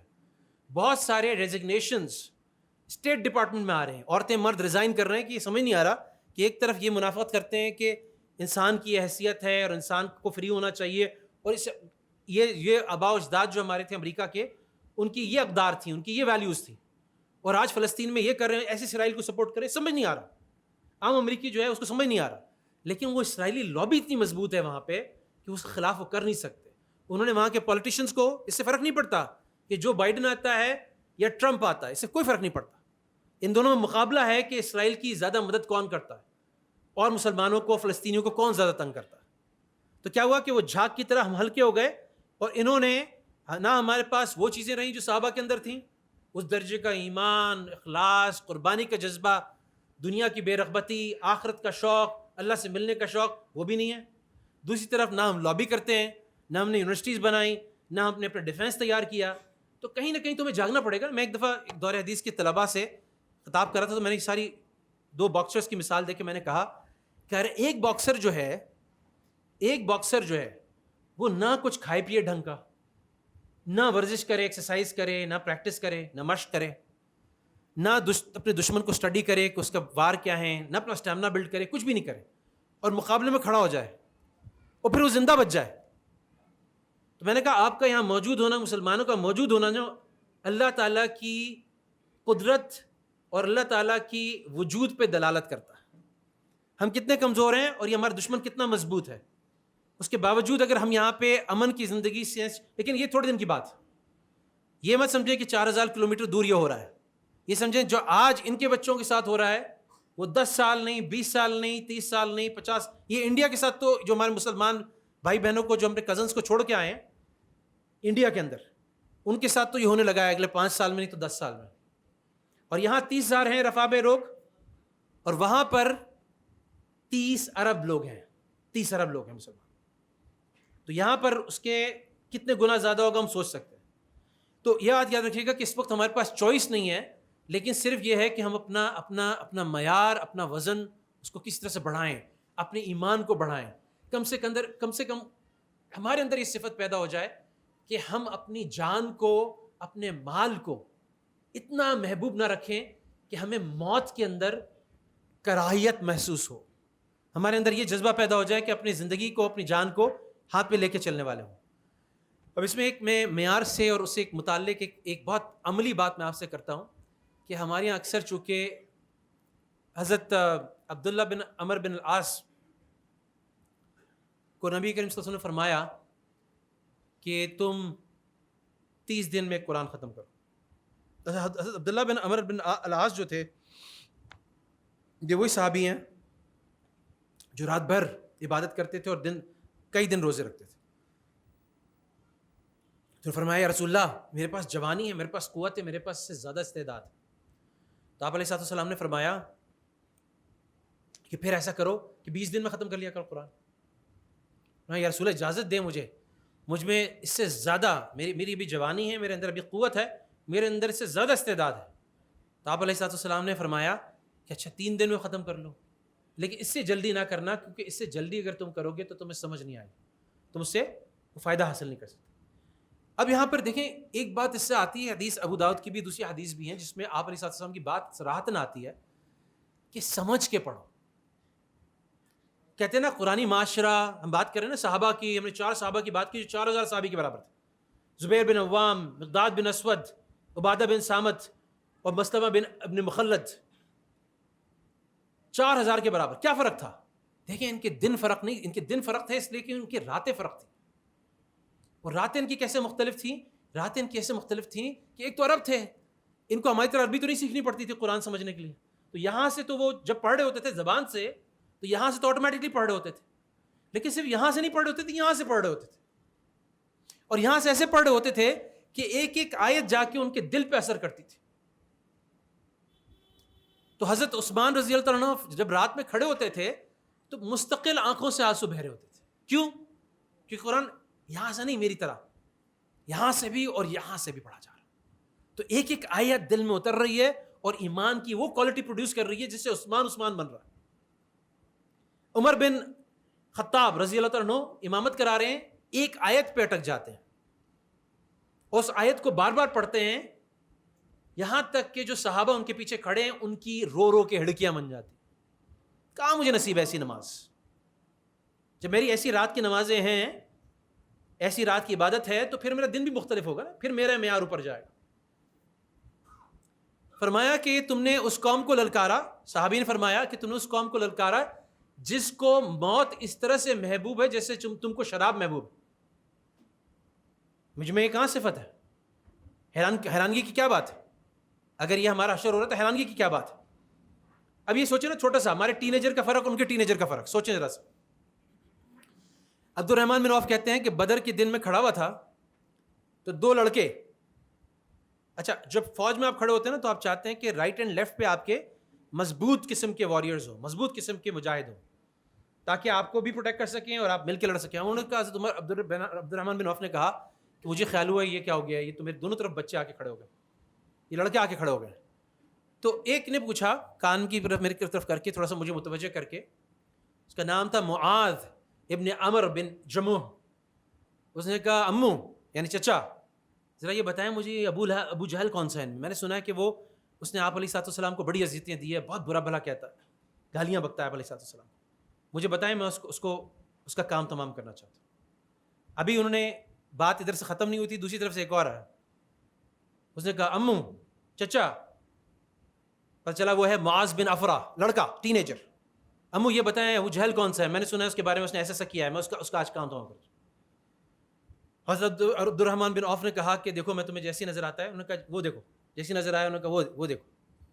تو انہوں نے دیکھا حضرت عبد الرحمن بن عوف کہتے ہیں کہ دونوں نے آگے بڑھے اور بیک وقت ایک نے گھوڑے کی ٹانگ پہ حملہ کیا، دوسرے نے ابو جہل کی قدموں پہ حملہ کیا اور اس کو زمین پہ گرا دیا اور پھر انہیں کے کزن تھے معوذ بن، ان کے بھائی تھے معوذ بن افرا، جنہوں نے اس کو مارا، ابو جہل کو اور مارا۔ اتنی دیر میں اکرمہ بن ابی جہل جو کہ بعد میں صحابی بن گئے لیکن حضرت ابو جہل کے بیٹے تھے، انہوں نے معوذ پہ حملہ کیا اور ان کا ہاتھ کاٹ دیا۔ کہنے لگے کہ اس کٹے ہوئے ہاتھ کے ساتھ میں لڑتا رہا، معوذ بن افرا کہہ رہے ہیں میں اس کٹے ہوئے ہاتھ کے ساتھ لڑتا رہا، اور تھوڑی دیر میں جب مجھے احساس ہوا کہ ہاتھ میرے لڑنے کے اندر رکاوٹ بن رہا ہے تو میں نے اپنے پاؤں کے نیچے وہ ہاتھ رکھا اور کھینچا تو ہاتھ علیحدہ ہو گیا اور مجھے لڑنے میں سہولت ہو گئی۔ اب یہ لڑکے ہیں، یہ بڑے بڑے لوگ نہیں ہیں، تو یہ فرق ہے ہمارے ٹینیجر کا اور ان کے ٹینیجر کا، ہماری ٹک ٹاک اینڈ انسٹاگرام جنریشن کا اور ان کا۔ تو اسی طرح سے یاد رکھیے گا کہ اب لاہ عمل کیا ہونا چاہیے؟ لاہ عمل ہونا چاہیے کہ میں اپنے اندر یہ 6 صفات جو میں آپ کے ساتھ عرض کی، اپنے اعمال کے اندر، اپنی شخصیت کے اندر، اللہ تعالیٰ کا یقین۔ کئی دفعہ میں آپ کو بتا چکا ہوں کہ شاہ ولی اللہ کہتے تھے کہ اگر کوئی مومن ہے اور اس کو اس میں شک ہے کہ اللہ اپنی قدرت کے ساتھ، اپنے خزانوں کے ساتھ اس کے ساتھ نہیں کھڑا ہوا، اگر اس کو شک ہے، اللہ کھڑا ہوا ہے، اللہ تعالیٰ کہتا ہے میں تمہارے ساتھ ہوں، قرآن میں بار بار کہتا ہے تم مسلمان ہو، تم مومن ہو، تم میری بات مان رہے ہو، میں تمہارے ساتھ کھڑا ہوں۔ تو اگر کوئی مسلمان اس بات پہ یقین نہیں رکھتا اور اللہ کو اپنے ساتھ نہیں سمجھتا تو اس نے اللہ کی تحقیق، اس نے اللہ کی قدر نہیں کی، اس نے اللہ کے درجے کو، اللہ کو نہیں پہچانا۔ تو ایک تو یہ کہ ہمیں اللہ کا یقین ہو کہ اللہ ہمارے ساتھ ہے، دوسرا ساتھ ساتھ یہ ہو کہ ہم جو کام کریں اس میں صرف اللہ کو سامنے رکھیں، ہم نے عمل جو ہے وہ صرف اللہ کو بیچنا ہے، وہ صرف اللہ کے لیے، کسی اور کے لیے نہیں۔ تیسری چیز جو ہم سامنے رکھیں کہ ہمارے دل میں جو کچھ ہم جب کام کر رہے ہوں اللہ کا دھیان ہو۔ دیکھیں ایک بچہ ہوتا ہے نا، اس کو ستاتا ہے، وہ روتا ہے، پھر وہ بھاگ کے جاتا ہے اپنی ماں کی باہوں میں جاتا ہے، اس کو ماں یوں کر کے لپیٹتی ہے، اپنے سینے پہ ہاتھ رکھتی ہے، اس کو پیچھے سے تھپکی دیتی ہے، اس کا دل، اس کی ہچکیاں بنی ہوتی ہیں اس بچے کی، یہ تھوڑی دیر میں وہ سکون میں آ جاتا ہے، پھر ویسے خوش و خرم واپس چلے جاتا ہے انہیں بچوں کے ساتھ کھیلنے کے لیے۔ یہ ایک ماں ہے، اس ماں سے 70 گنا زیادہ ہمارا رب ہم سے محبت کرتا ہے۔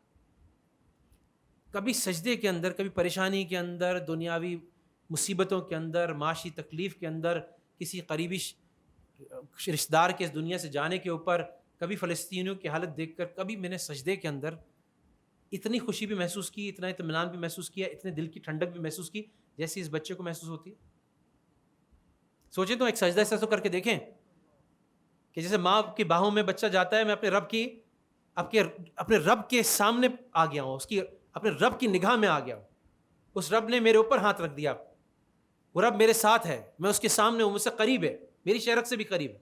وہ دل میں ٹھنڈک تو محسوس کرے نا، یہ یہاں کی بات نہیں ہے، یہاں کی بات ہے، وہ دل میں ٹھنڈک۔ تو اب اس سجدے کا باقی تمام سجدے جس میں مشکل سے خیال بھی نہیں آیا اللہ کا، اس میں اور اس کے معیار میں زمین آسمان کا فرق پڑ گیا، زمین آسمان کا فرق پڑ گیا۔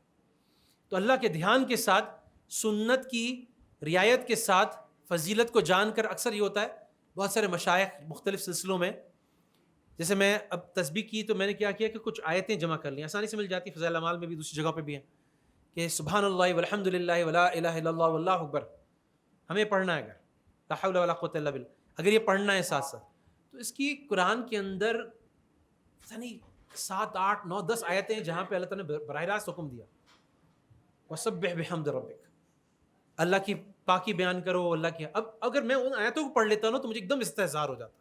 اگر میں حدیث پڑھ لیتا ہوں درود شریف کی تسبیح کرنے سے پہلے کہ ایک دفعہ درود شریف پڑھنے پہ 10 رحمتیں ملتی ہیں، 10 گناہ معاف ہوتے ہیں، 10 درجے بلند ہوتے ہیں، حدیث کو چھوڑی دیر، اب کیا فضائل کا استحضار ہو گیا، اب اس عمل کے اندر الگ ایک کیفیت بن گئی، مجھے اس انعام کا استحضار ہے، اس کو میں دیکھ سکتا ہوں جو مجھے ملنے والا ہے، اور نفس کے مجاہدے کے ساتھ۔ ایک میں آخری بات کروں گا یہاں پہ کہ ایک فرد کا معیار اوپر کیسے جائے، ایک جماعت کا معیار اوپر کیسے جائے، ایک ملک کا، ایک قوم کا، ایک امت کا معیار اوپر کیسے جائے، ایک فرد کا معیار اوپر کیسے جائے۔ سب سے بڑی چیز اس میں ہے میری پہچان کیا ہے، میری آئیڈینٹی کیا ہے، میرا ویژن کیا ہے، میری زندگی کا مقصد کیا ہے۔ یہ بہت بہت ایبسلیوٹلی کلیئر ہونا چاہیے، 100% ہمیں پتہ ہونا چاہیے کہ میرا صرف ایک ہی مقصد ہے اس دنیا کے اندر آنے کا، اللہ کو راضی کرنا، اللہ کو راضی کرنا۔ اس یقین کے ساتھ اس مقصد کی کلیئرٹی ہونی چاہیے۔ میرا ویژن جو ہونا چاہیے اس کا ایک ایک جز جو ہونا چاہیے وہ اللہ کے لیے ہونا چاہیے، اس کے اندر کوئی شرکت نہیں ہونی چاہیے۔ تو جس نے دیکھیں کئی دفعہ ایسا لگتا ہے ہمیں موقع ملتا ہے، ہم جائیں گے، رمضان میں گئے، ہم حرم میں گئے, پہلی نظر کعبے پہ پڑی. اب یہ موقع ہے کہ اللہ ٹیسٹ کر رہے ہیں مانگتا کیا ہے. ہم گئے, ایک موقع لگا, شب قدر کی رات تھی, تہجد کا وقت تھا, ساری رات ہم نے قرآن پڑھی, ہم نے دعائیں پڑھی, ہم نے نماز پڑھی. اب بالکل لگ رہا ہے کہ جو دعا مانگو قبول ہوگی. اب میں نے کیا مانگا؟ تو ایک چیز یاد رکھیے گا کہ اس کو کوئی نہیں بیٹ کر سکتا کہ جب مانگنے کا وقت آیا اس نے کہا اللہ مجھے کچھ نہیں چاہیے, صرف آپ چاہیے. وہ ایک بادشاہ نے دربار میں اعلان کیا نا, آج لوٹ سیل ہے دربار میں, جو جس چیز پہ ہاتھ رکھ لے گا تو اس کی ہو جائے گی. تو کسی نے بادشاہ کے تاج پہ ہاتھ رکھا, کسی نے اس کے پردوں پہ ہاتھ رکھا, کسی نے اس کے صوفوں پہ ہاتھ رکھا, کسی نے اس کے خزانے پہ ہاتھ رکھا, کسی نے اس کے تخت پہ ہاتھ رکھا. ایک باندی جو سب سے سمجھدار تھی اس نے جا کے سیدھے بادشاہ پہ ہاتھ رکھا. کیا مطلب؟ کہ اگر بادشاہ میرا ہے تو سب کچھ میرا ہے. تو ہم بادشاہ کو اگنور کر دیتے ہیں, بادشاہ کی چیزوں کو کے پیچھے چلے جاتے ہیں. تو ایک یہ ہے کہ اس میں میرا معیار, میرے ایمان کا معیار کہیں سے کہیں پہنچ جائے گا اگر میں اپنی ہر چیز میں سب سے پہلے اللہ کو رکھوں گا. میرے لیے لا مطلوبہ الا اللہ, لا مقصودہ الا اللہ, کوئی چیز اور نہیں ہے. تو میرا ویژن جو ہے اس کے, میں اللہ میں حاضر ہوں, جو آپ چاہتے ہیں میں آپ کی بندگی چاہتا ہوں, میری چاہت کو چھوڑ دیں, جو آپ چاہتے ہیں میں کروں گا. اب میرا معیار کہیں سے کہیں چلا گیا. اس کو کہتے ہیں تجویز ورسس تفویض. تجویز کا مطلب یہ ہوتا ہے کہ میں ایک چیز طے کرتا ہوں کہ یار مجھے یہ فلاں جاب جو ہے نا سلیکن ویلی میں, یہ جاب گوگل میں مل جائے, یہ میرا کاروبار فلاں پلاسٹک ایکسپورٹ کا, اس کی سیل 1 ملین کے قریب ٹچ کر جائے, 1 بلین کے قریب ہو جائے. ٹھیک ہے, یہ چیزیں مانگی, میں نہیں کہہ رہا کہ حرام ہے چیزیں مانگنا. ایک چیز یہ ہے کہ تجویز کے بجائے میں مکمل تفویض کرتا ہوں, یعنی میں کہتا ہوں اللہ جو تو دینا چاہتا ہے, جو تو مجھ سے چاہتا ہے, میں اس پہ چلنے کو تیار ہوں میرے لیے. لہٰذا تو اپنی رحمت سے وہ بہترین چیز منتخب کر جو میرے لیے سب سے بہتر ہے, جس میں خدمت زیادہ ہے, جس میں آپ کی رضا سب سے زیادہ ہے. میرے لیے ایسی چیز کا انتخاب کر. پہلی چیز یہ. دوسری چیز یہ ہے کہ اس کے مطابق میں اپنی استطاعت کے مطابق, اپنی استعداد کے مطابق پوری محنت کروں. واقعہ ہم اپنے بزرگوں سے سنتے ہیں کہ حضرت عبداللہ بن مبارک رحمہ اللہ اس دنیا سے گئے, کسی خواب میں آئے, کیا معاملہ ہوا؟ جواب دیا کہ بہت اللہ کا کرم ہو گیا, اللہ نے بخش دیا, مگر وہ معاملہ نہیں ہوا جیسے میرے جو حداد تھا, پڑوسی تھا, اس کے ساتھ ہوا, یعنی جو لوہار تھا. کہ وہ لوہار نے کہا, جا کے اس کو وزٹ کیا, اس کے گھر پہ اس کا بھی انتقال ہو گیا تھا. اس کے گھر والوں نے کہا کہ بھائی ایسی کیا بات تھی کہ عبداللہ بن مبارک خواب میں ایسی بات فرما رہے. نے کہا کہ اور تو کوئی بات نہیں تھی کہ جب اس کا, یعنی وہ ایک مصروف آدمی تھا, وہ ایسا نہیں تھا کہ حضرت عبداللہ بن مبارک کی طرح 1 سال حج پہ جائے تو دوسرے سال جہاد پہ جائے. ایسا نہیں تھا کہ عبداللہ بن مبارک کی طرح حدیث سنے اور آگے سنائے اور اس کو آگے پہنچائے. اس کا تو ایک الگ کام تھا, وہ تو ایک لوہار تھا, تو وہ تو اپنا کام کرتا تھا, اس کو اپنے گھر والوں کے لیے حلال روزی جمع کرنی تھی. لیکن جیسے ہی اذان ہوتی تھی تو وہ اگر اس کا ہتھوڑا اوپر اٹھا ہوتا تھا تو اس کو پیچھے پھینکتا تھا, آگے نہیں پھینکتا تھا, آگے نہیں مارتا تھا. دوسری چیز یہ کہ وہ بار بار اس چیز کی خواہش کرتا تھا, اپنے اندر یہ دل میں جذبہ رکھتا تھا کہ کاش میں جب دیکھتا تھا رات میں میرا پڑوسی عبداللہ بن مبارک کھڑا ہے رات میں اللہ کو راضی کرنے کے لیے, تو ہمیشہ خواہش کرتا تھا کہ اللہ مجھے موقع دے, مجھے یہ استعداد دے کہ میں عبداللہ بن مبارک کی طرح عبادت کر سکوں, ان کی طرح حدیث پڑھ سکوں, سنا سکوں. تو اس کو ایک حرص تھی اس چیز کی, اس کو ایک شوق تھا اس چیز کا. تو اگر میری سب کی ہماری لمیٹیشنز ہیں, ہماری دکان بھی ہو سکتی ہے, ہمارا کچھ بھی ہو سکتا ہے, لیکن ایک تو اس میں میکسیمم کر رہا ہوں, اس میں جہاں تک میں اللہ کو راضی کر سکتا ہوں راضی کر رہا ہوں. اپنے انفاق میں بھی, یعنی اپنے صدقے کے اندر بھی, چاہے وہ فلسطین ہو, چاہے مختلف دین کی محنتیں ہوں, اس کے اندر بھی, اپنے وقت کے اعتبار سے بھی, ہر چیز میں اللہ کو راضی کرنی. اور اپنی جو میری دکان ہے اس کے اندر میں اللہ کے احکام کو, نبی کریم صلی اللہ علیہ وسلم کی سنتوں کو زندہ کر رہا ہوں. اور ساتھ ساتھ مجھے حرص ایسی ہے کہ جو اس وقت جو تبلیغ میں کوئی قربانی دے رہا ہے, کوئی جہاد میں قربانی دے رہا ہے, جو فلسطینی قربانی دے رہے ہیں, جو بڑے سے بڑا عالم خدمت کر رہا ہے, جو بڑے سے بڑا نیکوکار کوئی اللہ کو راضی کر رہا ہے, میں اس سے حرص کرتا ہوں, میں اس جیسا بننا چاہتا ہوں, میں اس میں مسابقت چاہتا ہوں, میں اس میں تنافس چاہتا ہوں, اس میں مقابلہ کرنا چاہتا ہوں ان سے. تو اچھا, ایک طرف تو مقابلے کی کیفیت ہے دل کے اندر, دوسری طور پہ عملی طور پہ میں اس میں زیادہ کرنے کی کوشش کر رہا ہوں. پھر جو عمل میں کر رہا ہوں وہ ان 6 صفات کے ساتھ مکمل للہیت اور اخلاص, اللہ کا یقین, سنت طریقہ, اللہ کا دھیان, فضائل کا استحضار اور نفس کے مجاہدے کے ساتھ کر رہا ہوں. تو سمال کے اندر وہ وزن پیدا ہو رہا ہے, اس کے اندر وہ آ رہی ہے.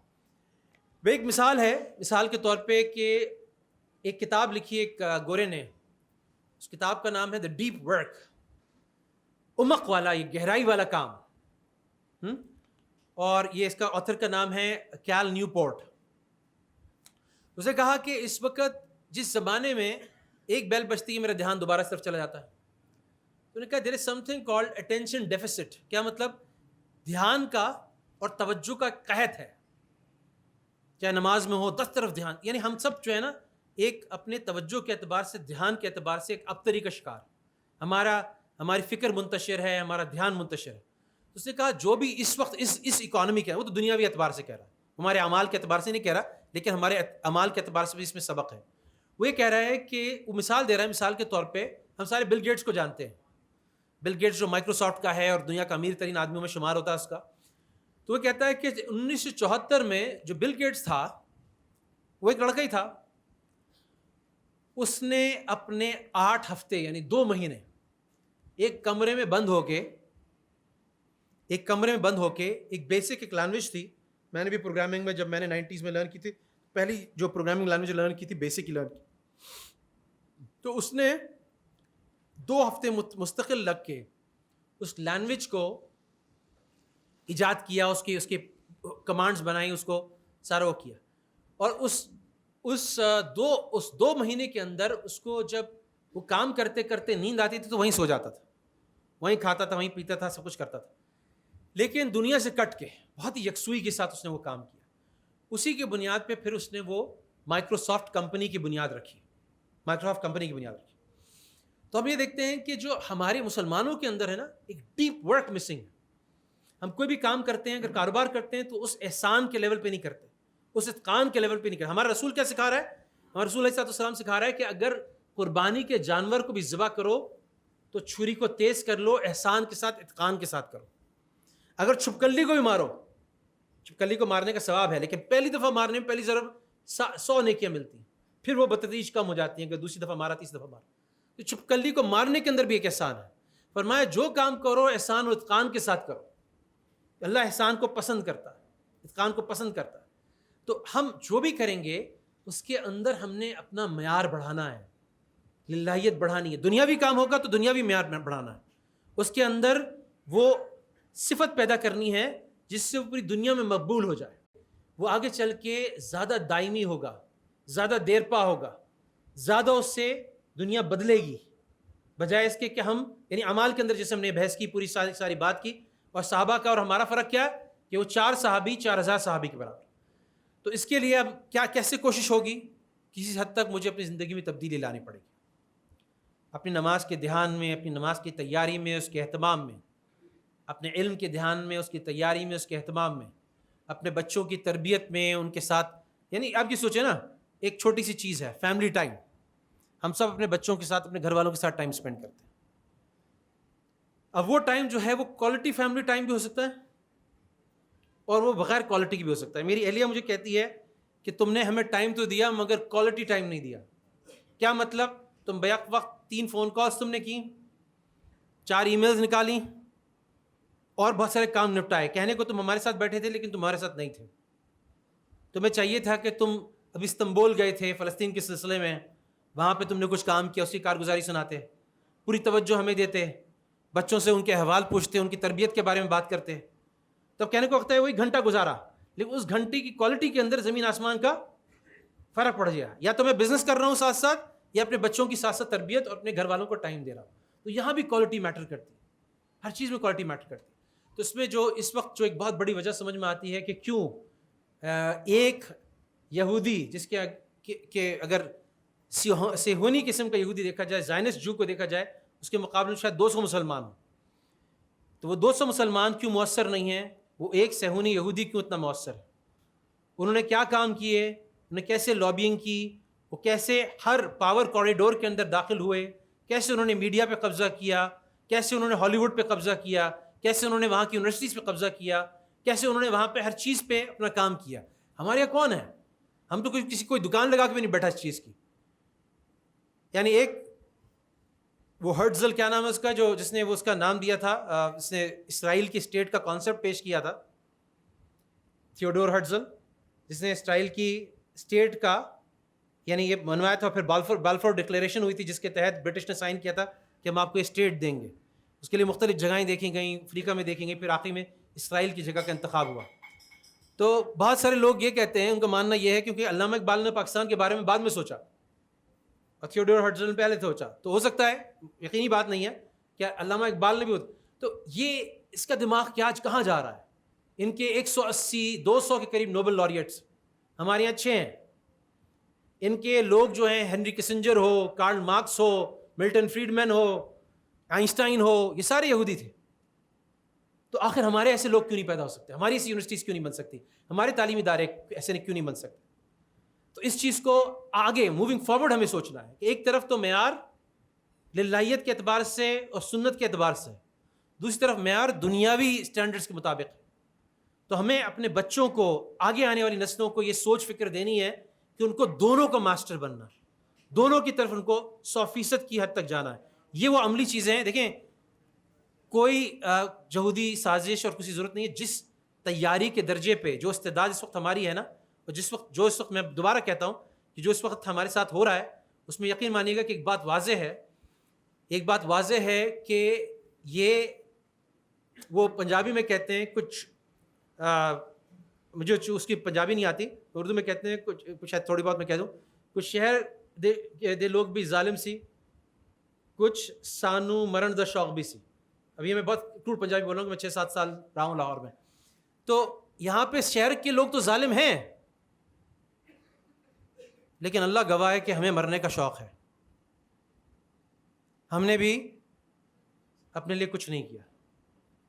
اور آج کی جو میں نے کچھ گزارشات آپ کے سامنے پیش کی ہیں, اس میں کچھ مستقبل کا لاہ عمل ہمارے سامنے ہے. اللہ تعالیٰ ہم سب کو توفیق دے کہ صحابہ کرام نبی کریم صلی اللہ علیہ وسلم جو سمجھتے تھے, جو ان کو امانت دی گئی تھی, وہی امانت آج مجھے اور آپ کو ملی ہوئی ہے.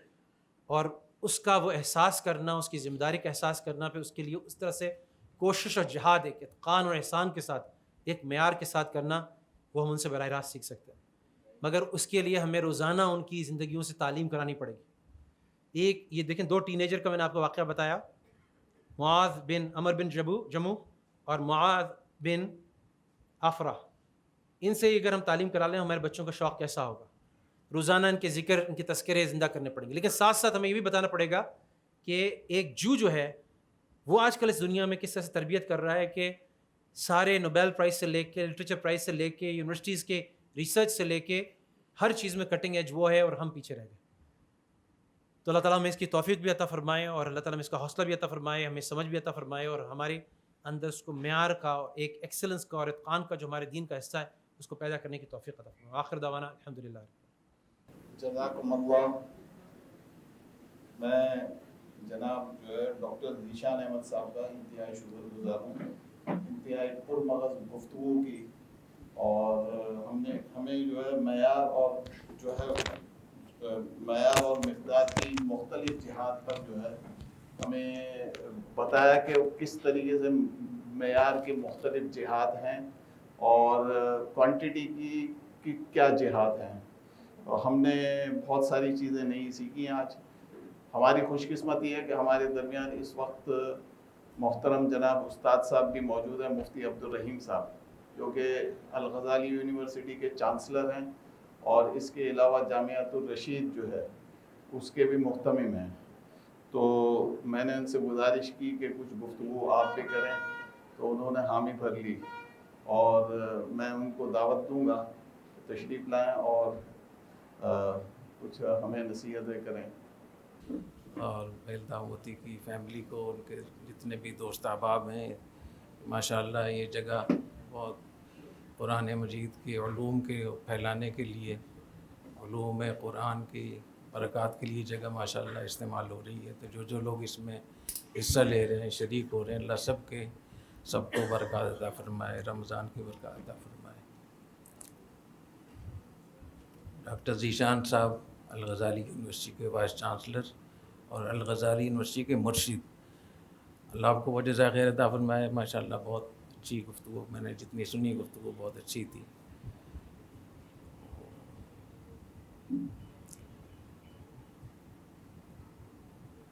یہ ایک مثال ہے, یہ جو یہاں درس قرآن ہوتا ہے بھائی الطاف مفتی کے یہاں, یہ ایک مثال ہے. اپنے کاروبار کے ساتھ دین کی خدمت بھی آپ کر سکتے ہیں, اور اپنے گھر کو, اپنے خاندان کو دین کے لیے کیسے آپ استعمال کر سکتے ہیں. ان مثالوں کو ہمیں آگے بڑھانا چاہیے, اور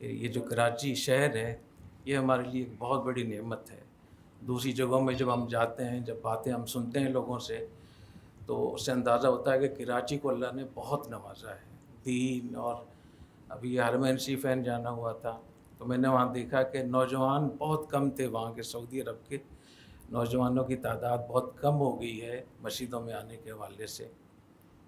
زیادہ تر لوگ کھیل کود میں لگے ہوئے ہیں، لیکن کراچی میں ماشاءاللہ نوجوانوں سے مساجد، اور خاص طور پہ پوش علاقوں کی مساجد. اور چند سال پہلے ایک اس پہ ریسرچ ہوئی تھی کہ کراچی میں کتنے قرآن تراویح میں ختم ہوتے ہیں، تو وہ ریسرچ یہ تھی کہ 1,00,000 قرآن تراویح میں ختم ہوتے ہیں. دنیا کے کسی شہر میں نہیں ہے. تو اللہ تعالیٰ ہم اس کراچی کی قدر کرنے کی بھی توفیق عطا فرمائے، کراچی کے لوگوں کی قدر کرنے کی بھی توفیق عطا فرمائے، اور جہاں جہاں نیک کام ہو رہے ہیں اللہ تعالیٰ ان کو اور زیادہ ترقی عطا فرمائے. تو التاف موتی میں بہت آپ کے لیے دعا گو ہوں، اور اللہ تعالیٰ کو بہت جزائے خیر عطا فرمائے. چند اعلانات ہیں وہ میں کر دیتا ہوں، پھر اس کے بعد جو ہے دعا کر لیتے ہیں ہم. اور یہ القرآن کورسز نیٹ ورک پاکستان کی جو ایکٹیویٹیز جو پورے سال چلتی رہتی ہیں اس کے حوالے سے ہیں. چونکہ ایکیڈمک سیشن جو ہے وہ ہمارا رمضان سے پہلے ختم ہو جاتا ہے، اور نیا ایکیڈمک سیشن جو ہے رمضان کے فوراً بعد شروع ہوتا ہے. مختلف کورسز وغیرہ شروع ہوتے ہیں، تو اس کی میں ذرا تفصیل بتا دیتا ہوں تاکہ ہمارے یہاں جو ہمارا بیسیکلی جو نیٹ ورک جو خواتین کا ہے، تو یہ سارے کے سارے کورسز وغیرہ جن کا میں ذکر کروں گا وہ خواتین کے ہی ہیں. تو آپ حضرات جو بیٹھے ہوئے ہیں وہ آپ ان کو جو ہے اپنے دلوں کے اندر جو جاگزین کر لیں تاکہ اپنی خواتین کو یہاں ہمارے یہاں ان کورسز میں شرکت کے لیے بھیج سکیں. اسی طریقے سے خواتین کا بہت بڑا اجتماع ہے پیچھے کی سائڈ پر، تو وہ بھی نوٹ کر لیں اور اپنی خواتین کو، اور یہ جو طالبات ہیں وہ زیادہ سے زیادہ ان کورسز میں داخلہ لیں. سب سے پہلے تو ہمارے یہاں جو ترجمہ و تفسیر جو ہے چل رہا ہے آج کل، خلاصہ تفسیر کی کلاسز روزانہ چل رہی ہیں. روزانہ ایک پارہ جو ہے خلاصہ تفسیر کا یہاں بیان کیا جا رہا ہے. نہ صرف یہاں آن سائٹ بیان کیا جا رہا ہے بلکہ آن لائن بھی بیان کیا جا رہا ہے. تو آن لائن سینکڑوں خواتین اس میں شریک ہیں. آج کل زوم پر یہ سلسلہ جاری و ساری ہے. آج 19 پارے ہو گئے، تو باقی جو ہے 11 پارے رہ گئے ہیں. رمضان کے 29ویں روزے کو انشاءاللہ تعالی یہاں تمام مراکز جہاں جہاں ہمارے خلاصہ تفسیر کے سلسلے چل رہے ہیں تو ان کی تقریب یہیں منعقد ہوگی 29ویں روزے کو صبح 10 بجے. تو ابھی تک جو خواتین شریک نہیں ہو سکی ہیں یہ خلاصہ تفسیر کی کلاسز میں، تو میری گزارش رہے گی کہ وہ خواتین ضرور شریک ہوں، اور آپ حضرات سے بھی میری گزارش ہے کہ اپنی خواتین کو ضرور بھیجیں. بھائی ابھی جو ڈاکٹر صاحب جو پوری جو گفتگو کر رہے تھے اس کا خلاصہ یہی تھا کہ ہم زوال پذیر اس لیے ہوئے کہ ہم لوگوں نے اپنے دین کو چھوڑا، قرآن کریم کو چھوڑا، اور یہ یہودی اور صہیونی جو لابی جو ہے ان لوگوں نے اپنی تعلیمات کو اسٹک آن کیا اور اس پر انہوں نے ریسرچ کی. اس کے بعد جو ہے وہ دنیا کے قائدین بن گئے. تو میرا کہنے کا مطلب یہ ہے کہ جتنا ہم قرآن کریم سے قریب ہوں گے اتنی ہم اپنی جو ہے عروج کی طرف جو ہے دوبارہ منتقل ہوں گے.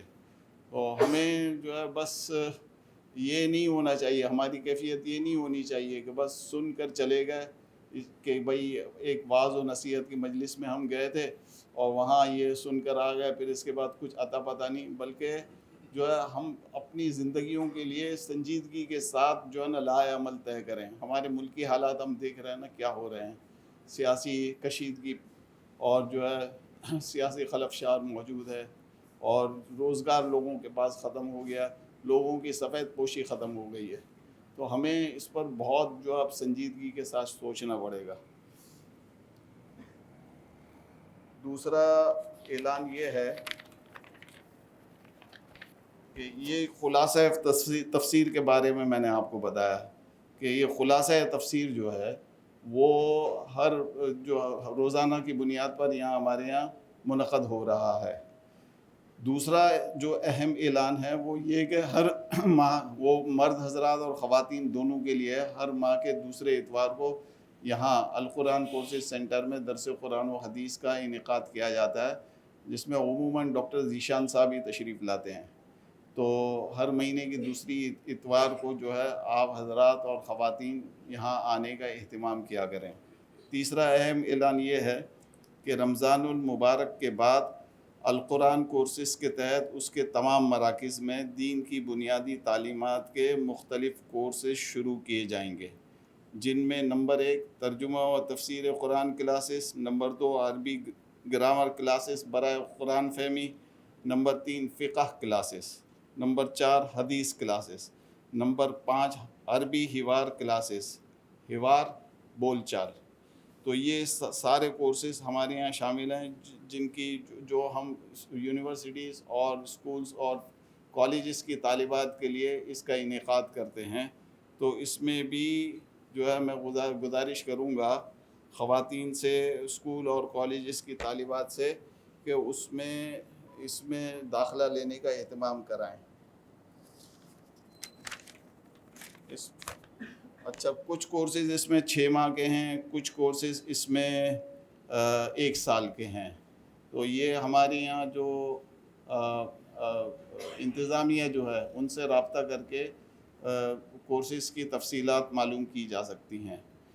اچھا، ہمارے یہاں القرآن کورسز کے تحت جو فلاحی سرگرمیاں تو ہمیشہ جاری رہتی ہیں۔ ایک نئی فلاحی سرگرمی ہم نے شروع کی ہے، اور وہ یہ ہے کہ خواتین کی سہولت کے لیے ہائیلی کوالیفائڈ ماہر لیڈی ڈاکٹرز کی نگرانی میں یہاں القرآن کورسز سینٹر بہادر آباد میں جدید آلات اور ٹیکنالوجی سے آراستہ فزیو تھراپی کلینک کا آغاز کیا گیا ہے۔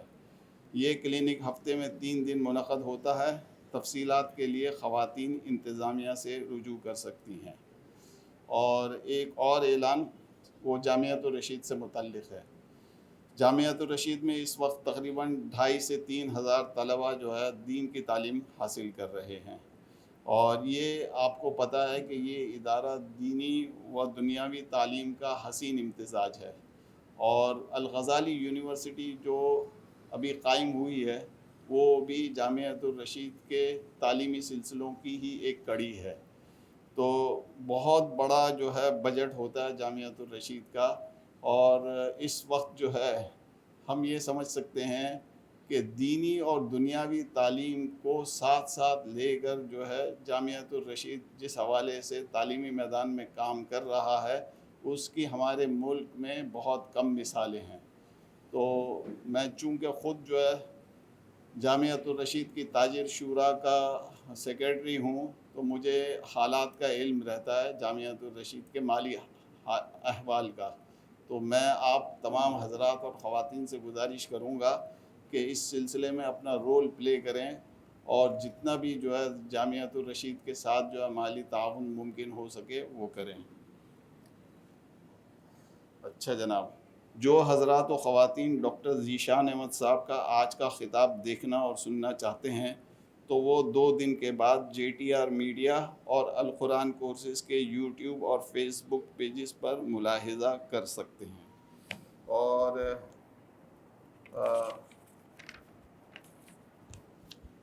ہمیشہ القرآن کورسز نیٹ ورک پاکستان کا مطمع نگاہ رجوع الی القرآن رہا ہے۔ آپ تمام حضرات اور خواتین کے علم میں ہے کہ ہم کنسنٹریٹ کرتے ہیں قرآن کریم کو ہی، اس کے ترجمہ و تفسیر وغیرہ کو۔ تو ہماری خوش قسمتی ہے کہ شیخ الاسلام مفتی محمد تقی عثمانی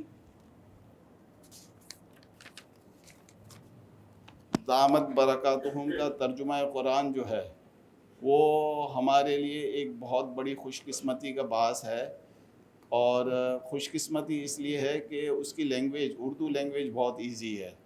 تو ہم نے جب سے یہ ترجمہ قرآن جو ہے بازار میں آیا ہے، جب سے حضرت نے لکھا ہے اس وقت سے لے کر آج تک ہم جو ہے اس ترجمہ قرآن کی نشر و اشاعت کو ہم نے اپنا مشن بنایا ہوا ہے، اور آسان ترجمہ قرآن جو ہے کاسٹ ٹو کاسٹ دیتے ہیں، کوئی نفع وغیرہ نہیں لیتے۔ یہاں باہر اسٹال پر اویلیبل ہے، جن حضرات اور خواتین کو یہ آسان ترجمہ قرآن چاہیے وہ باہر اسٹال سے خرید سکتے ہیں۔ میں ڈاکٹر صاحب سے گزارش کروں گا کہ دعا فرمائیں۔ ڈاکٹر صاحب آپ کو کچھ اور بھی تو بات کرنی تھی، مجھ سے کہہ رہے تھے آپ کرنی ہے تو کر لیں، ورنہ دعا کریں. بس کچھ کوششیں ہیں جو فلسطین کے لیے ہیں، جو دعا کے علاوہ اور فنڈ ان کے ایڈ یعنی ان کو مالی امداد کے علاوہ اور بوائیکاٹ کے علاوہ اور احتجاج کے علاوہ بھی ہیں. تو اس کے لیے دعا فرمائیے گا انشاءاللہ، ان انیشیٹوز کے لیے انشاءاللہ کہ اللہ تعالیٰ ان کو قبول فرمائے اور ان کے اندر تاثیر پیدا کرے انشاءاللہ. الحمدللہ رب العالمین، سبحان اللہ والحمدللہ ولا الہ الا اللہ واللہ اکبر ولا حول ولا قوة الا باللہ العلی العظیم. اللہم صلی علی سیدنا محمد عبدک ورسولک النبی الأمی وعلی آلہ وصحبہ وبارک وسلم. ربنا ظلمنا انفسنا وان لم تغفر لنا وترحمنا لنكونن من الخاسرین. ربنا آتنا فی الدنیا حسنۃ وفی الآخرۃ حسنۃ وقنا عذاب النار. یا اللہ یا غفور رحیم، یا اللہ رحم الراحمین، یا اللہ ذی الجلال والاکرام. یا اللہ اپنے فضل و اپنے کرم سے یا اللہ دنیا اور آخرت کی یا اللہ تمام بھلائیاں، عفو، عافیت، مکمل کامیابی، فوز، فلاح، نجات، اپنی کامل مغفرت یا اللہ اپنی کامل رضا عطا فرما دے یا اللہ اپنے فضل اپنے کرم سے یا اللہ جو ہم نے بات کی یا اللہ آپ کے رسول اللہ صلی اللہ علیہ وسلم نے بھی آپ سے مانگا کہ یا اللہ اللہ من اسألک تمام الوضوء، تمام الصلاۃ و تمام رضوانک و تمام مغفرتک. یا اللہ ہم تیری یعنی پورا حصہ لینا چاہتے ہیں ہر اس وضو سے جو ہم کرتے ہیں، ہر اس نماز سے جو ہم پڑھتے ہیں یا اللہ اس کی مکمل تجھ سے جو اجر ثواب اس کی برکات لینا چاہتے ہیں یا اللہ. اس طرح سے ہم مکمل تیری رضا چاہتے ہیں، مکمل تیری مغفرت چاہتے ہیں یا اللہ. اپنے فضل و اپنے کرم سے ہمیں عنایت فرمایا یا اللہ. ہم خود جو ہیں وہ اصلاح کے یا اللہ، خیر خواہی کے یا اللہ آپ کو مزید راضی کرنے کے یا اللہ طالب ہیں یا اللہ. یا اللہ ہمیں رستے سجھا دیجیے یا اللہ ہمیں رستے بتا دیجیے جس کے ذریعے سے صحیح معنوں میں ہم آپ کو راضی کر سکیں یا اللہ، آپ کی رضا کے رستوں پہ چل سکیں یا اللہ. اپنے فضل و کرم سے یا اللہ تمام یا اللہ مسلمانوں کو یا اللہ ہم سب کو، ہمارے گھر والوں کو، تمام مسلمانوں کو یا اللہ اپنے فضل و اپنے کرم سے یا اللہ اپنی مکمل رحمت، مکمل برکات یا اللہ، مکمل فضیلت یا اللہ ہر قسم کی یا اللہ ہمیں فضائل عطا فرما یا اللہ اپنی فضیلت فرما یا اللہ اپنے فضل و اپنے کرم سے یا اللہ مکمل شفا عطا فرما یا اللہ اپنے کامل انوارات عطا فرما یا اللہ، کامل نصرت عطا فرما، کامل فتوحات عطا فرما یا اللہ ہماری تمام جو مسائل ہیں یا اللہ تو ہی ہمارا حاجت روا ہے، ہمارا مشکل کشا ہے یا اللہ. ہمیں زیادہ سے زیادہ اپنے سے رجوع کرنے والا، اپنی سننے والا، اپنی بات پہ چلنے والا یا اللہ، اپنے رسول صلی اللہ علیہ وسلم کی سنتوں پہ چلنے والا، ان کے احکامات پہ چلنے والا بنا دے یا اللہ. یا اللہ اپنے فضل و اپنے کرم سے یا اللہ ہمارے ہر روز کو یا اللہ، ہماری ہر شب کو یا اللہ، ہمارے ہر گھنٹے کو یا اللہ، ہمارے خلوت کو یا اللہ، جلوت کو یا اللہ منور کر دے یا اللہ اپنے احکام سے، اپنے نبی کے طریقوں سے یا اللہ. یا اللہ اپنے فضل و اپنے کرم سے یا اللہ مسلمان مستضعفین جہاں پر بھی اس دنیا میں ہیں یا اللہ، خاص طور پر فلسطین کے اندر یا اللہ، جو یا اللہ اتنے یا اللہ یعنی اس دنیا کے اندر یا اللہ جو ظلم ہوئے یا اللہ اس کی تمام یا اللہ ریکارڈ ٹوٹ گئے یا اللہ، اور اس کو بھی یا اللہ کیمرے پہ کیپچر کر کے اس کا پروپوگنڈا کیا گیا، اس کو نشر کیا گیا اللہ. اپنے فضل و اپنے کرم سے اللہ مسلمانوں کو یا اللہ، مظلومین کو یا اللہ اس ظلم سے نجات عطا فرما دے یا اپنے فضل و کرم سے یا اللہ ان معصوم بچوں کو یا اللہ، معصوم عورتوں کو یا اللہ، ان بوڑھوں کو یا اللہ، ان جوانوں کو یا اللہ اپنے فضل و اپنے کرم سے اپنی حفاظت میں رکھے یا اللہ. ان کے لیے اللہ کھانے پینے کا، ان کے لیے راحت کا یا اللہ، ان کے لیے یا اللہ شیلٹر کا یا اللہ ہر طرح کا انتظام فرما دے یا اللہ. اور یہ جو یا اللہ ان کے یعنی ظلم کرنے والے ہیں اللہ، جتنی طاقتیں ہیں یا ان کے قدم اکھاڑ دے یا اللہ ان کو عبرت کا نمونہ بنا دے یا اللہ. اپنے فضل و کرم سے اللہ مسلمانوں کو طاقت عطا فرما اللہ، ہمیں طاقت عطا فرما یا اللہ، ہمیں سجھا دے کہ ان حالات میں ہمیں کیا کرنا چاہیے یا اللہ. اپنے فضل و کرم سے یا اللہ ہمیں اخلاص اللہیت عطا فرما یا اللہ، ہمیں اپنا دھیان اور یقین عطا فرما یا اللہ. نبی صلی اللہ علیہ وسلم کے طریقوں پہ چلنے کی توفیق عطا فرما یا اللہ. نفس کا مجاہدہ عطا فرما یا اللہ، اس کے ذریعے سے یا اللہ ہمیں کام کرنے کی توفیق عطا فرما یا اللہ. احسان کی کیفیت عطا فرما یا اللہ، فضائل کا استظہار عطا فرما یا اللہ. ہمارے اعمال کے وزن کو بڑھا دے یا اللہ. ہماری رات و دن کے اندر یا اللہ جو معیار ہے یا اللہ، ایمان کا معیار یا اللہ، اعمال کا معیار یا اللہ، دنیاوی جو یعنی اس دنیا کے جو سٹینڈرڈز ہیں ان کا جو معیار یا اللہ وہ بڑھاتا چلا جائے اللہ ہماری نسلوں میں بھی یا اللہ، تاکہ ہم میں سے بھی چند لوگ جو ہیں وہ بہت زیادہ مؤثر ہو سکیں یا اللہ. اور یا اللہ ہمارے اندر وہ تاثیر عطا فرما جیسے جو تاثیر تو نے نبی کریم صلی اللہ علیہ وسلم نے جو صحابہ کو سکھائی یا اللہ، جو انہوں نے تابعین کو سکھائی، جو انہوں نے تبع تابعین کو سکھائی یا اللہ. اپنے فضل اور کرم سے یا اللہ ہمیں حب الدنیا اور کراہیت الموت سے اللہ اپنی پناہ عطا فرما یا اللہ. ہمارے دلوں سے یا اللہ وہن کو نکال دے یا اللہ. ہمیں اپنی ملاقات کا شوق عطا فرما یا اللہ. ہمیں بہترین اپنے نسلوں کی تربیت کرنے کی توفیق عطا فرما یا اللہ. یا اللہ اب یہ زندگی کی چند گھڑیاں جو ہم بچانے کی کوشش کرتے ہیں یا اللہ جو اپنی تھوڑے سے احساسوں کو بچانے کی کوشش کرتے ہیں یا اللہ، ہمیں اس توفیق عطا فرما. ہم سب چیزیں تیرے سامنے پیش کر دیں یا اللہ، اور ہر چیز کو تجھ پہ لٹانے کے لیے تیار ہو جائیں یا اللہ. اور ہمیں وہ حکمت بھی عطا فرما، وہ حکمت عملی بھی عطا فرما جس کے تحت اس امت کے لیے، اس انسانیت کے لیے اللہ ہم کام کر سکیں یا اللہ. اور ہم ہر طریقے سے اس مشن پہ، اس فکر پہ جو نبی کریم صلی اللہ علیہ وسلم ہمارے لیے چھوڑ کے گئے، اس پہ ہم قائم ہوں، اس پہ روا ہوں یا اللہ، اور اس پہ پوری زندگی لگا دیں. صلی اللہ تعالیٰ علی خیر خلق محمد و آلہ و صحبہ اجمعین برحمتک یا ارحم الراحمین.